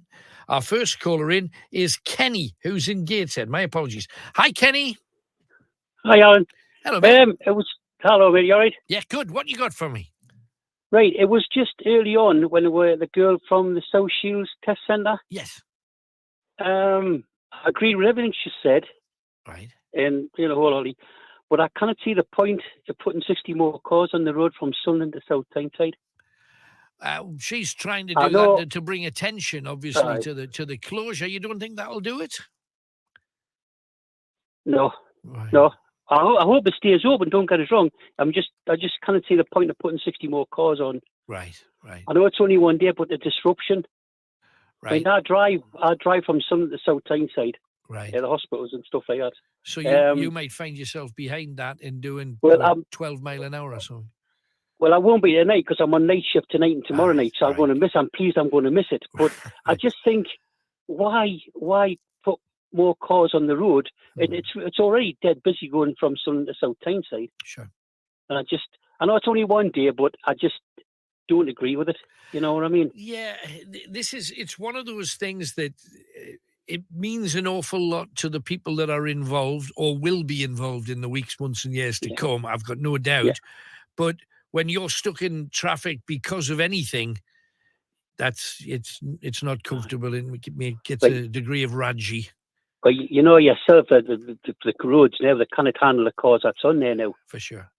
Without adding it, you know. But I hope that everything's okay, that they keep the stations open. I do, but I just cannot understand why you should just block the roads up. I know it's only for one day, but I cannot understand It's become a thing, though, hasn't it, over the years? If the lorry drivers have any kind of dispute, they'll bring a city to a standstill and all of that. It's just become train drivers. It's become a thing. You know what I mean? Yeah, I get it. Metros, when the metro goes off, they put extra buses on. Yeah, you know what I mean. I don't know. I see I drive all the time. You know. I hear you, mate. No worries. You know. Thanks for your view, Kenny. Anything else? Yeah, that's funny. You haven't. You're talking about Russian wagons rolling into Ukraine, right? Yes. I've just come from Sunderland into Gateshead. I've eaten the South Tyne, so I know I'm back in Gateshead now. Right. And there was 3 or 4 wagons coming along Newcastle Road into Sunderland, called a convoy. Yeah. And one of them had flashing lights at the front, so I drove past them. And it's a Moscow circus rolling into Sunderland. You know what I mean? I said, what the timing? You know what I mean? The timing's just unbelievable. Like, you know what I mean? I just say, well, you know when you see that's ironic. Yeah. Yeah, I you know, I would absolutely call it that. You can just imagine the person that booked that tour sitting with his head in his hand. Hey, cringing, wouldn't he? Absolutely. You know what I mean? Good stuff. Thank you, Kenny. All the best. One more, if I've got time. Yeah. I've got one quick one. Always. You're on about sweets and stuff. Yeah, that's right. In that Mr. Tom's. You ever seen the Mr. Tom's? It's like peanut brittle. Oh, I know exactly what you mean. It's Yes. the peanut brittle. Right. That's great. When I like that, but for some reason, my mum and dad, they used to call it nutty slack. I've heard it that. Now that's cool in real terms, but I've heard it called nutty slack as well. And I was just wondering if anybody knew why they called it nutty slack. Like, we told me, I've got some nutty slack. Do you want some? Yeah, if anybody knows why do they call it that? Because everybody's had it. There's another make of it. I think it's called something like, is that Stomp or something? There's another name for the peanut brittly thing, but nutty slack. When I was a kid, you go to the newsagent to get some nutty slack, and that's exactly what it was. That peanut toffee kind of thing. They used to have it in the silver tray, didn't he? You used to hit it with a hammer. You had to hit it with a hammer, and you got a bit. You used to put in a little bag for you. And it was never the same. You never got the same amount 2 times running because he just whatever bit snapped off. I was going to say to you, they're either big bits or the little bits, wasn't it? You know what I mean? You either got a bag full, a little bits, or you got 2 or 3 big bits. You know? Absolutely. I remember much in there. Like, you know what I mean? If you're of that age, Kenny, can you remember licorice root, or is it just me where you used to get licorice root, a lump of bush? The root, it looked like somebody just snipped a tree, like a soft twig. Yeah, wasn't it? Like a soft twig. Yeah, and you would chew on it, and it was just like chewing a bit of wood. It was, because Yeah, I remember genuinely, because I never had any money on my way to school ever, because I did papers and I got paid at the end of the week. It was gone. It was gone by Saturday morning usually. But on the way to school, the kids would stop at this shop called Appleton's in the West End, which was about 300 yards from the school. And they'd all be getting this licorice root and chowing on it. And I knew I didn't have any money. So I would go out the night before and clip a lump of bush, literally, some lump of hedge, and take off all the branches so that it looked like a bit of licorice root. The problem was somebody would always say, "Oh, gives a bit of licorice root." And I went, no, get your own, because if I hadn't done that, I thought, he's chowing a bush. What's going on there? Crazy. Careful the spokes. Yeah. You know what I mean? Yeah, because I never swallowed it. You always spit out the inside. But I remember licorice root. Yes, it was like a twig. It used to just break up. It was just soft and soggy, and I remember that. I don't remember it being hugely licoricey though. No, it's like it had a taste of its own, didn't it? It had a taste all of its own.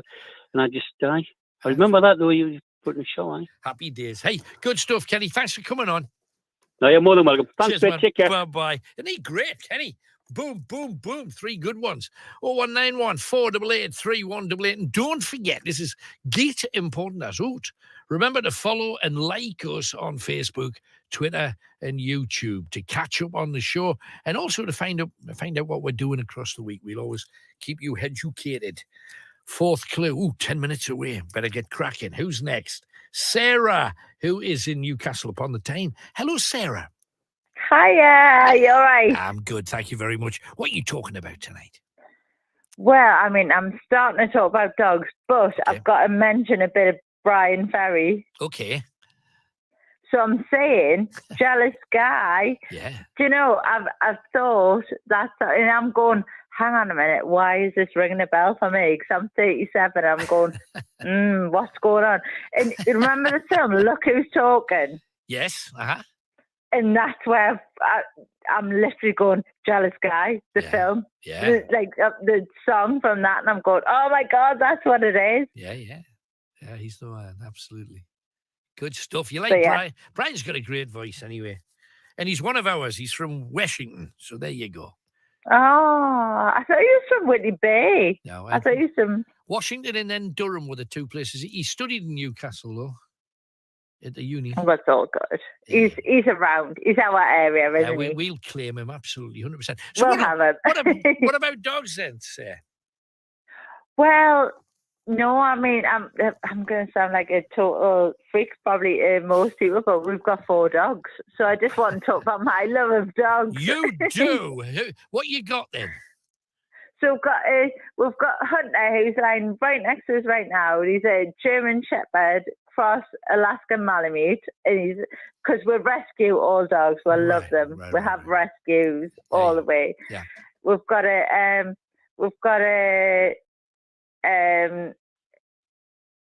oh my God! Now you've stumped us down. You started it. I just asked you. I know. And we've got a little Cavalier King Charles Spaniel, and that's my partner's dog. Cute. We've got a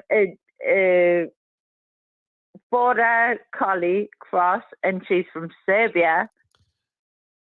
Is there not a language problem? You've got one from Dalmatia with a bit of Eskimo thrown in for good measure. I mean, can they all talk to each other? Well, I assume so. I mean, they all kick off at each other every now and again, but they like each other. We've got a little Shetland sheepdog as well. Right. But they're all. Yeah, I just want to talk about dogs. I just want people to rescue dogs. This is kind of why I phoned in the first place. I'm going, oh my God, because obviously COVID, everyone got like dogs, and I was thinking now everyone wants to get rid of dogs, and it's horrible because people are going back to work and things like that, and it's just awful. And I'm just thinking, please, think about it before you get a dog, and think about what kind of dog you're getting before you get them. You know what I mean? Because a lot of them need a lot of exercise and this, that, and the other. And it's just, it really scares me because now, a lot of them are going back in rescue shelters, and I hate that. I really hate that. But money's a problem for most people these days. How do you cope with 4 dogs, especially, we had the lady on before. She's got pet insurance. And her dogs had so many health issues that the pet insurance has gone up and up and up and up and up every month. And now she's got to pay a higher proportion of operations and things. You've got 4 dogs. How do you manage? Well, again, I've got yes, but I think about that before I get the dogs. I need to, I've got, and it sounds awful, but I've got a good job. I can afford it. I won't, if I didn't, I wouldn't take on these dogs. You know what I mean? I can afford the insurance and things like that. But it just worries me, the fact that people are obviously looking, when the lockdown was on, they're going, this is a great time to get a dog. And that's fine. People love dogs. People want a puppy. People want a this, that, and the other, even if they don't rescue. Yeah. It was great. Even we went to the rescue shelter. We gave blankets and this, that, and the other, and there was no dogs in there. But now they are literally, they're over overflowing. There's loads of dogs in there, yeah, because people are going back to work, and this is what's worrying me. So all I'm saying is, I just want people to please, if you are going to get a dog, consider a rescue dog and look at the breed and everything else before you get one, because look at the exercise they need, look at the grooming they need, look at the everything that they need. It's not like you look at a film and you'll say, oh my God, this is Beethoven, I really want to see Bernard, you know what I mean? I want to get this, and you get, but there was, I'm not even joking though, you know, this is the thing, we went to we went over to Benton shelter the other day, and it was all full of purebred husks, because people are saying, like, when they look at a film, they're going, great, I want a husky, I'm going to do that, this is what I want, and it's not okay, you know. They don't understand the work that these dogs need. Absolutely. But then so again, I have to ask this, just purely and simply because when I had cats, and I used to have 4 cats, and you had 4 dogs, so it's kind of, there's the comparisons there. I remember when I had 4 cats, when I opened my front door, no matter how much cleaning and spraying with house freshening kind of things, everybody knew I had cats from the moment you opened the door. Yeah. Surely everybody knows you got dogs as soon as you, because there's smell in a house of somebody that's got lots of pets. I mean, Alan, I'm not being funny, but like anyone comes near the door, and my German Shepherd, frost malamute, he goes near. Anyone comes here, and he's like kicking right off. He's like, nobody can come close to the bloody door. Okay, so but, that just confirms that everybody that lives next to you hates you. But other than that, how do you cope with keeping the place clean? But just hoovering, you just hoover, and you have the normal what any pet owner does. The hoover, they have the things plugged into the walls and that, you know what I mean? Like, but no, honestly, like you laugh, but you know what? You've got to have rescues. The whole point in this call was about having rescues and not doing. Yeah, and make sure you don't bite off more than you can chew, because the one thing that I think pet owners in general make a mistake about is they get a pet on a whim, and they don't think, how am I going to look after it? What kind of food does it need? How many times do I need to walk the thing or whatever? And it goes back to something that on TV yesterday, there was some nature thing. You know, when you're flicking them, there's no on it. So you're flicking around Saturday, Sunday, crap telly days, and this nature show came on, and it had chipmunks on it. You know, like Chip and Dale and the Disney cartoon. And they're cute and they're lovely. And I remember when I was probably about, 19, 20, in Newcastle, there was a thing about chipmunks. A pet shop got some chipmunks in the window, and people were traveling from other towns to come and see these. Look at these chipmunks. Oh, they're fantastic. Now, they didn't have one. They didn't have a cage like a budgie. They needed a cage that was floor to ceiling, 3 to 4 yards wide. So this was, if you had a chipmunk, you needed a room, not just a space. You needed a room for a chipmunk. And the chipmunks, then they discovered they weren't like Chip and Dale. They wouldn't sit on your shoulder and be lovely, lovely. They'd bite your ear, or they'd bite your finger, or they'd chow you first chance they got. So then, after paying a fortune for them, they were all taking them back to the pet shop saying, can I sell it back to you? And the pet shop, being not stupid, they said, well, we can't pay you what you paid us, but I will give you like 25%. So they bought the chipmunk back and then sold it to some other cracker for whatever. And it's just because people didn't look up, you know, the pet that they were going to buy. But that's the thing, though, isn't it? Because, and this is going into another thing that I want to talk about, like favorite films ever. Like Lost Boys is my favorite ever film. Like, and that is exactly Kiefer Sutherland, out of this world, amazing. But when this came out, obviously it was like Huskies were like everybody's favorite dog, and again, 8 Below, another film that Huskies. So I'm saying, so even up the road, Benton Shelter, they had literally, like, it was inundated. People think Staffy's this, that, and the other. And I've got to say, Staffy, she was my best friend. I had a Staffy, and she was, oh my God, she was the best dog ever in this world. Right. But like I say, when people go for films, they look at films and they go, I need a dog like that. Yep. You know what I mean? And it was like, you know, and then they think, I'm going to have to get a puppy. I need to get a husky puppy. But they need to go to shelters because people can't look after them. They go to the shelters and, you know, people don't think about going to shelters to find a purebred dog because you can still get one from there and stuff. Sure. But so let's do that. Let's make sure we just think first. Yes, please. But if you're going to get a pet, have a look in the shelters first because there's a lot of animals there looking for Absolutely. Gotcha, Sarah. And I think the guy, can I just say as well, the guy that the super vet, he went there. Did you see the programme when super vet went to Newcastle Cat and Dog Shelter, Benton, up the road? No, I didn't. Oh, well, he did. There was a whole programme on it, and like everybody, they went up there and.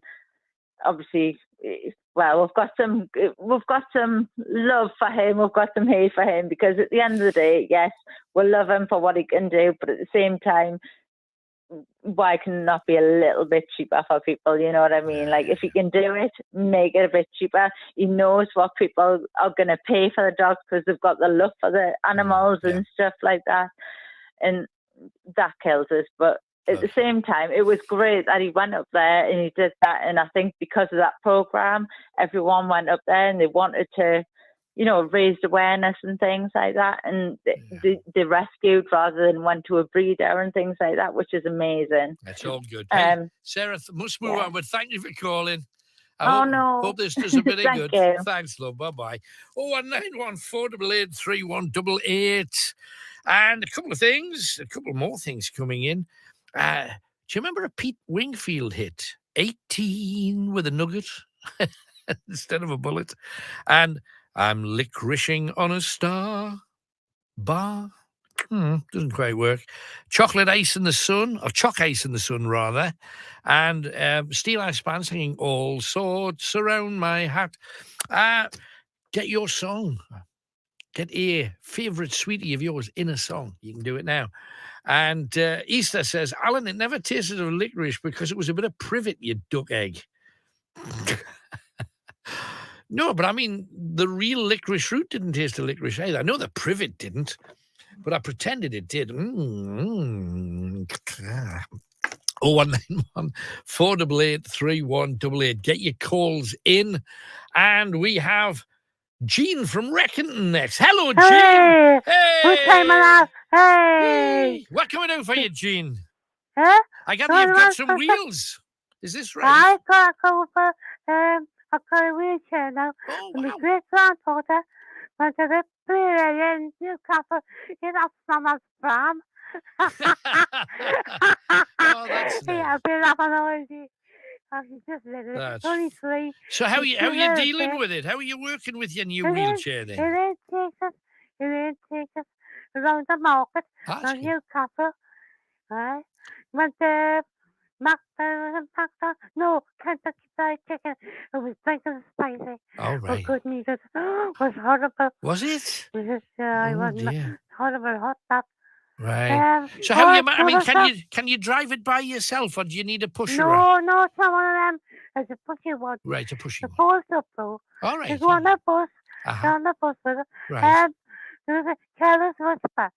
Oh, careless whisper. That's very good. Yes, Right, George Michael, very good. I'm going to get that in there. If your little Linda could be on. Linda from Barrowford. I don't know whether she's in the queue, but I'll have a look. Linda from Barrowford, I'm not sure. I'll ring me up. I'll send her a gift card and a birthday card. Right. No, she got them. Right, so if Linda's listening, you'd like her to give you a call. Okay. How is Jennifer? Jennifer's fine, thank you very much. You think that someone get back into power? Is he coming back? Who gets in? Trump? Oh, I hope not. I know he's thinking of standing in 2024, but he might be in prison by then if we're lucky. It could be. Yeah. Yeah, he likes pissing and that. The nasty man that pissing. Yeah. He should be bloody shot him. Right. Tell him I shoot him. And bloody medal. Hey, There'll be hell on. There'll be hell on, Jean. I know. Typical. He's lovely to grow up to. Right. I'm going to get 10 biscuits, but Chris has been up there. He lives in Burley. Goes to the pound zone. He got some bargains up there. Yeah, I've heard about Pound Zone. A lot of people talking about Pound Zone. It's in Reckington, isn't it? It's your post office. It's my post office. You got sugar-free biscuits. Got sugar-free biscuits. If you like that, you can have them. Yeah, because he buys a lot of stuff and then sells them just for £1, but they're huge bags of all kinds of stuff he flogs. Yeah. And they're doing very well for themselves. Well done. I look at cheesy puffs, the soft ones. Cheesy the puffs. Cheesy puffs. Right. They're lovely, them. Yeah. Oh, they're nice. Right. That's very nice. Yeah, no, she's getting on lovely. Yeah. The little brother, he's only 6 months old. Call him Charlie. A little brother. Right. This is his sister. He's not. He's your brother. No, he's his sister. He's that funny. He's a funny little. He's that cute. He's lovely. Johnny. Hi, Nana's pram. Hey, dear, So you're in Nana's That's pram funny. now. We'll have to I've call you. laughed We'll all share day. your Nana's He pram. didn't laugh, I know. Brilliant. Oh, he didn't understand. That's funny. Hey, but lovely to hear from you. Stay well. He's a nurse, you know. He was a nurse teacher 2 years a week. That's good. He loves it. He's on his way, isn't he? He's on his Right. way. Okay, then. Thank you for Good luck calling. to everybody. And to Have a you, nice Jean. day. Thank you, darling. Bye. Bye bye. Oh, there you go. And she's in reels of steel now. Time for the clue. Let's get the clue away right now. Chris is waiting for your answer. Oh, I tell you what, I'll take one call before that. So bear with us. This is Peter, who's in Chelsea. Hi, Peter. Hi, Alan. Hello, mate. What you got for me tonight then? Sorry, Helen, I didn't quite hear that. What did you say? What would you like to talk about, Peter? Oh, no, sorry. Yeah, sorry. Yeah, I'm talking about chocolate, if you like. As I said, when I was a kid, my sister used to take us to school, you know. Right. And I used to say, I think the woman used to get fed up with my dolly weights in the shop. I said, oh, no, I'll have that instead, you know. I was get to school. Yeah. I used to get a Milky Way, sometimes a bar six, and then a bit later after that, Old Jamaica came out. Chocolate. I don't know if you can remember that. I'm just remembering bar 6. Blame me. That's took me back. Yes, and there was Old Jamaica used to have like rum and chocolate in, you know. Yes. Half a crown a bar, then, you know. I remember the mix-ups. Do Do you remember when you used to go for a mix-up and it was all the little cheap sweets that you could get for next one now? Brings back memories, yes. Yeah, That's the weather's been very bad up the north last week, wasn't it? We had a couple of really super rough nights, but things have gentled out over the last few days, fortunately. I've never known that kind of speed of wind, like 120 miles an hour. Crazy. In my lifetime, you know. Absolutely crazy. Now, we were doing a ghost hunt. Early summer, yeah. No, we were doing a ghost hunt and we were up on the top of a hill and I couldn't get first of all, I couldn't get the door open. And then we turned the car around and then I couldn't get the door shut because I was with the weight of the wind. So it really is a hellish wind. The Millennium Dome, yeah. When the dome got a pop lift off. You know the Millennium Dome? Yeah. Tremendous. Hey, thank you very much for calling, Peter. Oh, yes, I was going to say, that? have a nice week, everyone. And as I said, just look on the bright side, you know? Absolutely. Always look on the bright side of life, even if we don't have to whistle. 0191 488 3188. Get the calls in. Now, a piece of music. And the music I've chosen for this hour, it's only a couple of little pieces. This one's very short, but necessary. Just at the moment, necessary. And get your head around the vibe of this next tune, if you will be so kind. First of all 4 clues. So you can ring Chris and tell him the answer because he's got no idea. Clue number 1. When you drink tequila, orange liqueur, lime juice and salt. So we want to know when you drink tequila, orange liqueur, lime juice and salt. Second clue, the drummer of an Irish band of siblings. What's the drummer's name in an Irish band of siblings? Third clue, you make them out a sheet of A4 and they fly. What's that? And the fourth clue, the soft layer of feathers closest to a bird's skin twice. Okay? The soft layer of feathers closest to a bird's skin. What's it called? And write that down twice. Okay? Twice. You've got 4 clues. Whose hits? Chris actually does know the answer, and that means if he's got it, if you haven't got it, how daft does that make you? 0191 488 3188, or you can WhatsApp it to him.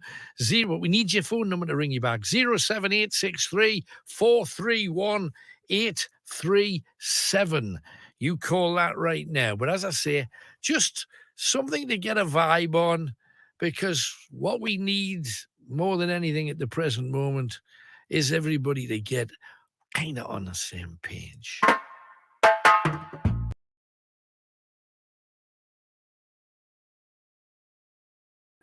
And then finally, one day, Gaspar was bragging about how important he was in front of a house full of guests. And he told Catherine, Catherine, bring our guests more wine. And Catherine looked at him and thought, who's he to boss me around? We have servants that we can boss around. So she started a little bit of a dig at her husband and got really angry with him, and eventually told all of the guests, I am going to my bed. Enjoy your night. And then she left, embarrassing Gaspar very much indeed. Stavely realized that this was his chance. He went after Catherine and went to his brother's bedchamber and said to Catherine, why do you put up with him treating you like that? If you were mine, I would treat you like a queen. I would treat you like a princess. And they kissed once. And of course, one kiss never is just one kiss. Over the next few months, little by little, he ingratiated himself, bought her a few little tiny gifts that she could hide from Gaspard. And she thought she was carrying out this balancing act, stavely saying, one day we'll run away. When I get my inheritance, when I reach 25, we'll get away from here. We'll leave him behind and we'll start a new life together, rich and wealthy. She quite liked that idea too. However, Gaspar somehow discovered that she was cheating on him. There is a veiled story that I will share a little bit with, and that was that one day he slept with his wife, had sex with her, and he believed with all of his heart that she had previously had sex with someone else. She had the signs, let's just put it that way. So Gaspar said, tell you what, I'm going to have a family trip out. Why don't we go down to the lake? We'll have a picnic on the beach. We'll go and sit by the lake on a warm, sunny day and watch the wild creatures as they frolic around. We've seen them frolicking for us. No reason to think back then there'd be even more of them frolicking. So they came down that pathway that I pointed to you before. It's over there in the distance, beneath the castle. Torch is not really showing it up, but it's over yonder. And they came down and they said that they were overlooking sunken trees. Now there's a tree there, there's 2 here, so it might be that they were here. They said it came in like a small bay. This indeed looks like a small bay.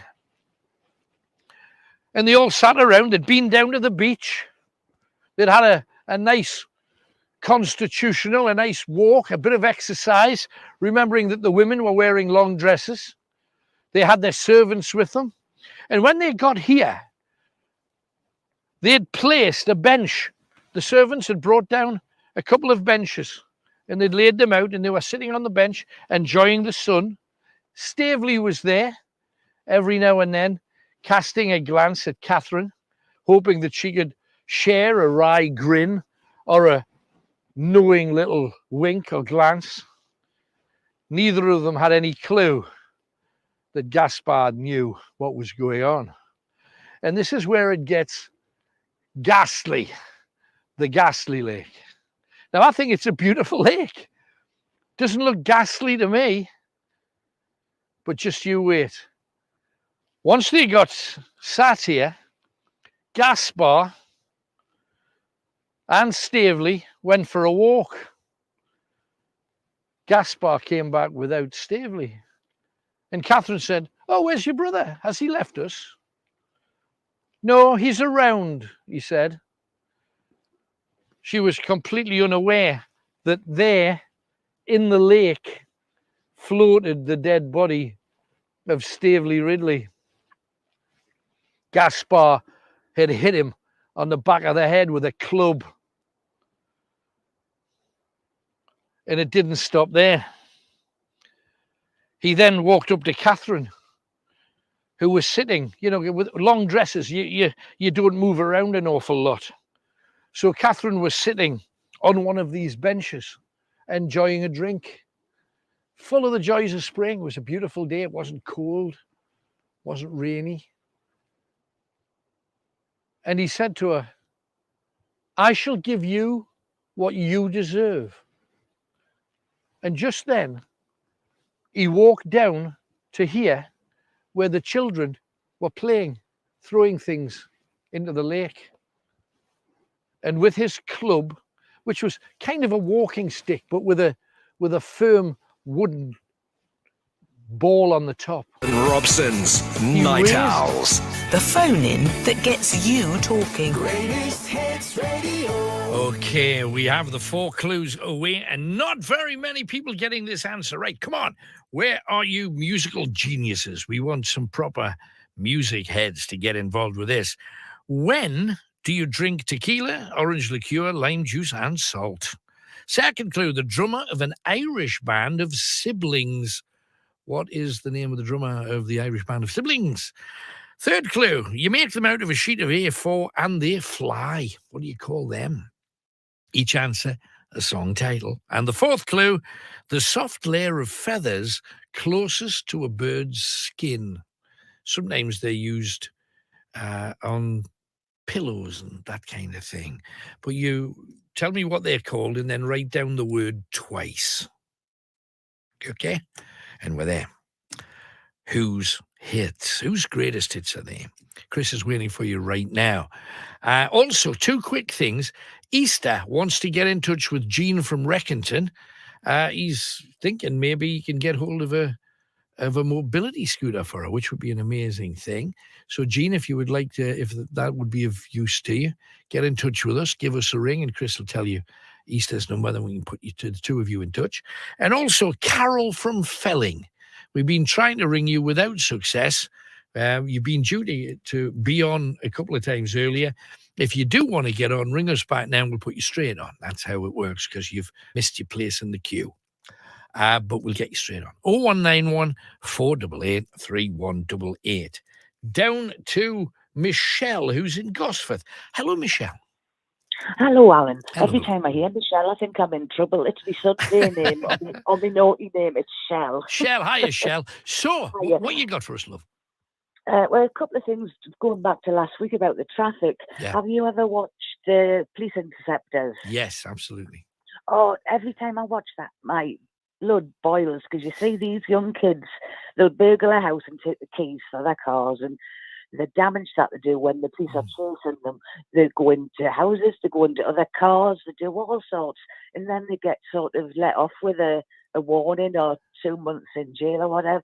And I think they've just caused hundreds of thousands of pounds of damage, and that's all they're getting. Now, interesting this, because that's exactly how I feel about it. And I've stopped watching those programs, not because we don't want the police to intercept all of these nuggets, but just but at the end of the don't get show. anywhere. Now you hear he was given a year suspended, which means he gets let out, or he's doing 20 hours of community service. Community service, yeah, it does. It really great, Sonny. I mean, them guys do their best to catch them. Yeah. And at the end of it, what good is it? Because they're not really getting told off. Why don't they have to pay back for whatever damage they've caused? Of course, exactly, yeah. Why does the people who've actually got insurance on their own properties have to pay an increased insurance properties? Because some nuggets got and banned into their car, so therefore their insurance goes up and they get away with it. Yeah, no, something has to change. Mind you, on saying that, there was a TV. This just shows you how much extra time we've got to watch this Clark, because it is just Clark. Yeah. But I was watching one today, and it was about organised crime groups and how the police deal with organised crime. Now, at the very beginning, I thought they're spending an awful lot of money. Look at this lad, essentially, walks up to a woman and this was because it was in Lake Poshville. It was in Kent, right? All right. So this is probably the reason why they went to so much trouble, because I'm not so sure they would have done up here. But a woman goes to a cash point. She gets some money out. As soon as she gets away from the cash point, a bloke comes up to her with a hoodie on and a mask and tracksuit covering up so you can't tell who he is, and says, can you give me some, have you got any change? And then when she gave him a quid, which very nice, there's a quid, then he pulls a knife out, but just like a penknife kind of knife, but a knife nonetheless, and says, I want your money. So she, instead of giving him any cash, runs into traffic and flags a car down, and the lad runs off. Now, that was the crime, and it's a horrible crime, and I bet the woman got a right fright. And I'm not making light of it, but they organised a whole group of police officers to make sure they tracked this lad down. Now, I'm just not sure they would have done that up here. However, they would not. Up here would have just been, there, here's a cup of tea. No harm done, off you go. Do you know what I mean? That's probably where it would be. But down there, they took the time. They got all the CCTV cameras, find out where he was from. They find out where he used to live. They go to the house.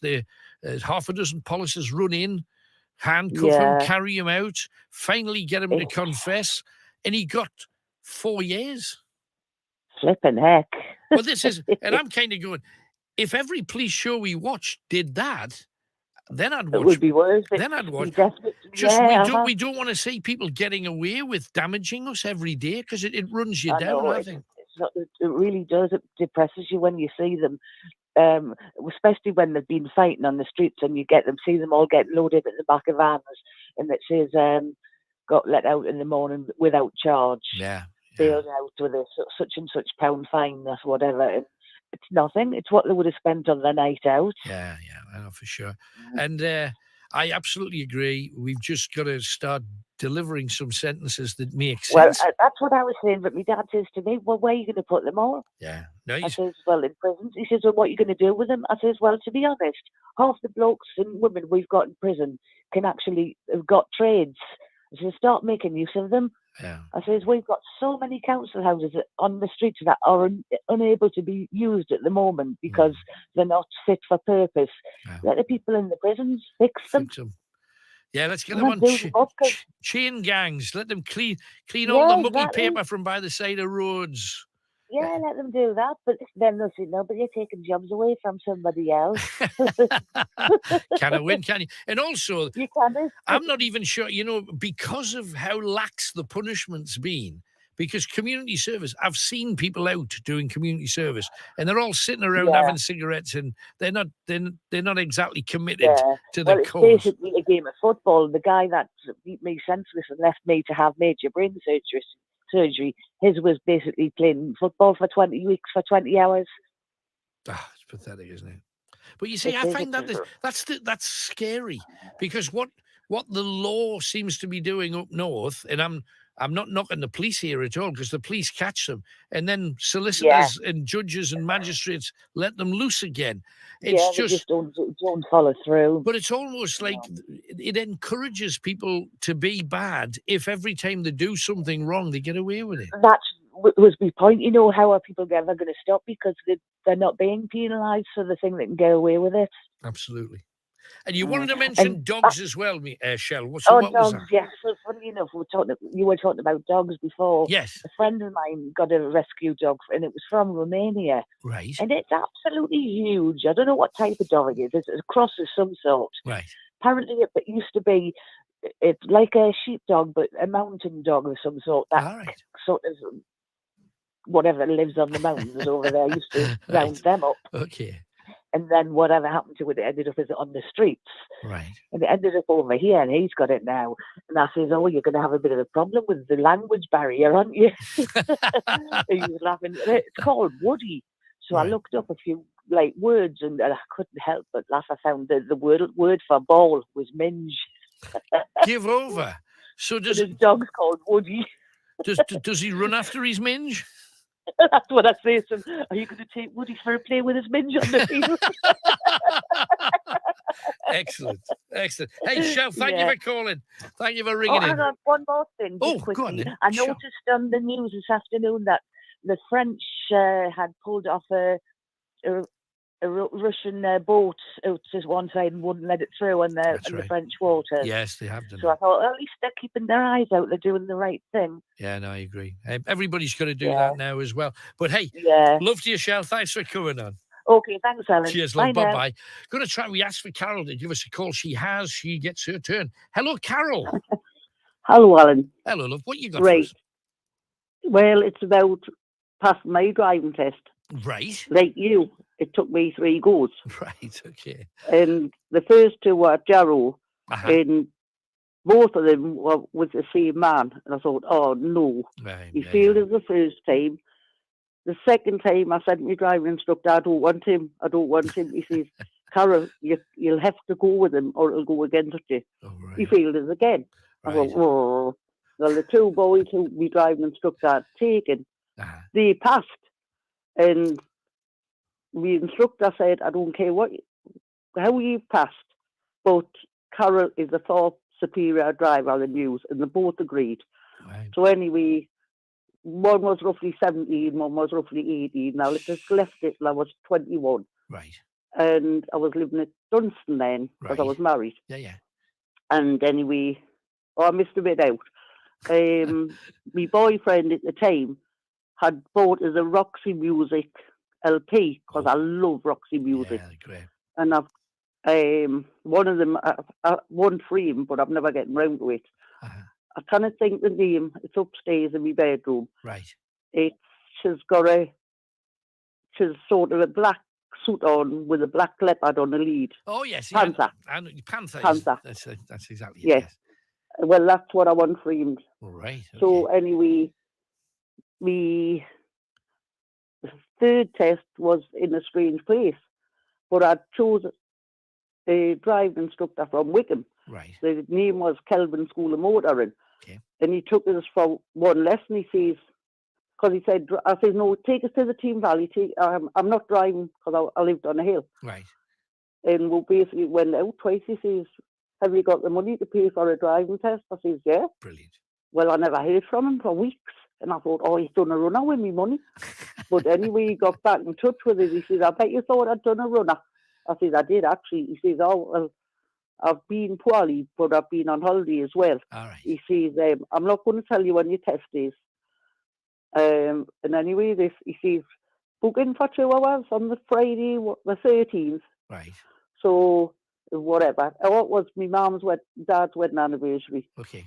And I went and I passed. Hey! I was over the moon. I says, yeah. I says, but that reminded me of you. Plus, it was weird how Roxy Music. Yeah, the my two favourite. things together just click. Yeah.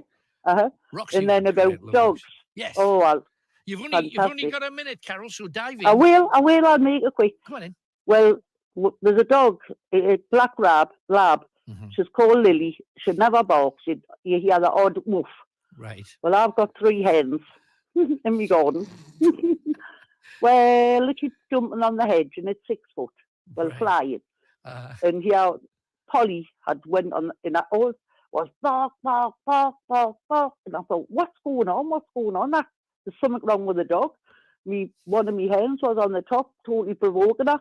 I thought, and the little boy who lives next door, come on, Lily, get in. I says, it's not the dog's fault, and she won't hurt the hen with her breed. She won't touch the hen. Yeah. But anyway, I've got a water pistol, and I was trying to hit her with this water pistol to get her off. And the more I was trying to shoot her, the more she was provoking the dog. I thought, oh no, yeah. What a great afternoon. But honestly, that hen not really, really tormented that dog. And I thought, well, it's just not like her to bark. I know we're out of time, but thank you so much, Carol. Must move on. Then. Thank you, love. Right. Bye. Bye. You can just picture that, can't you? Anyway, it is time for the most relevant song of the moment. Last chance for the quiz.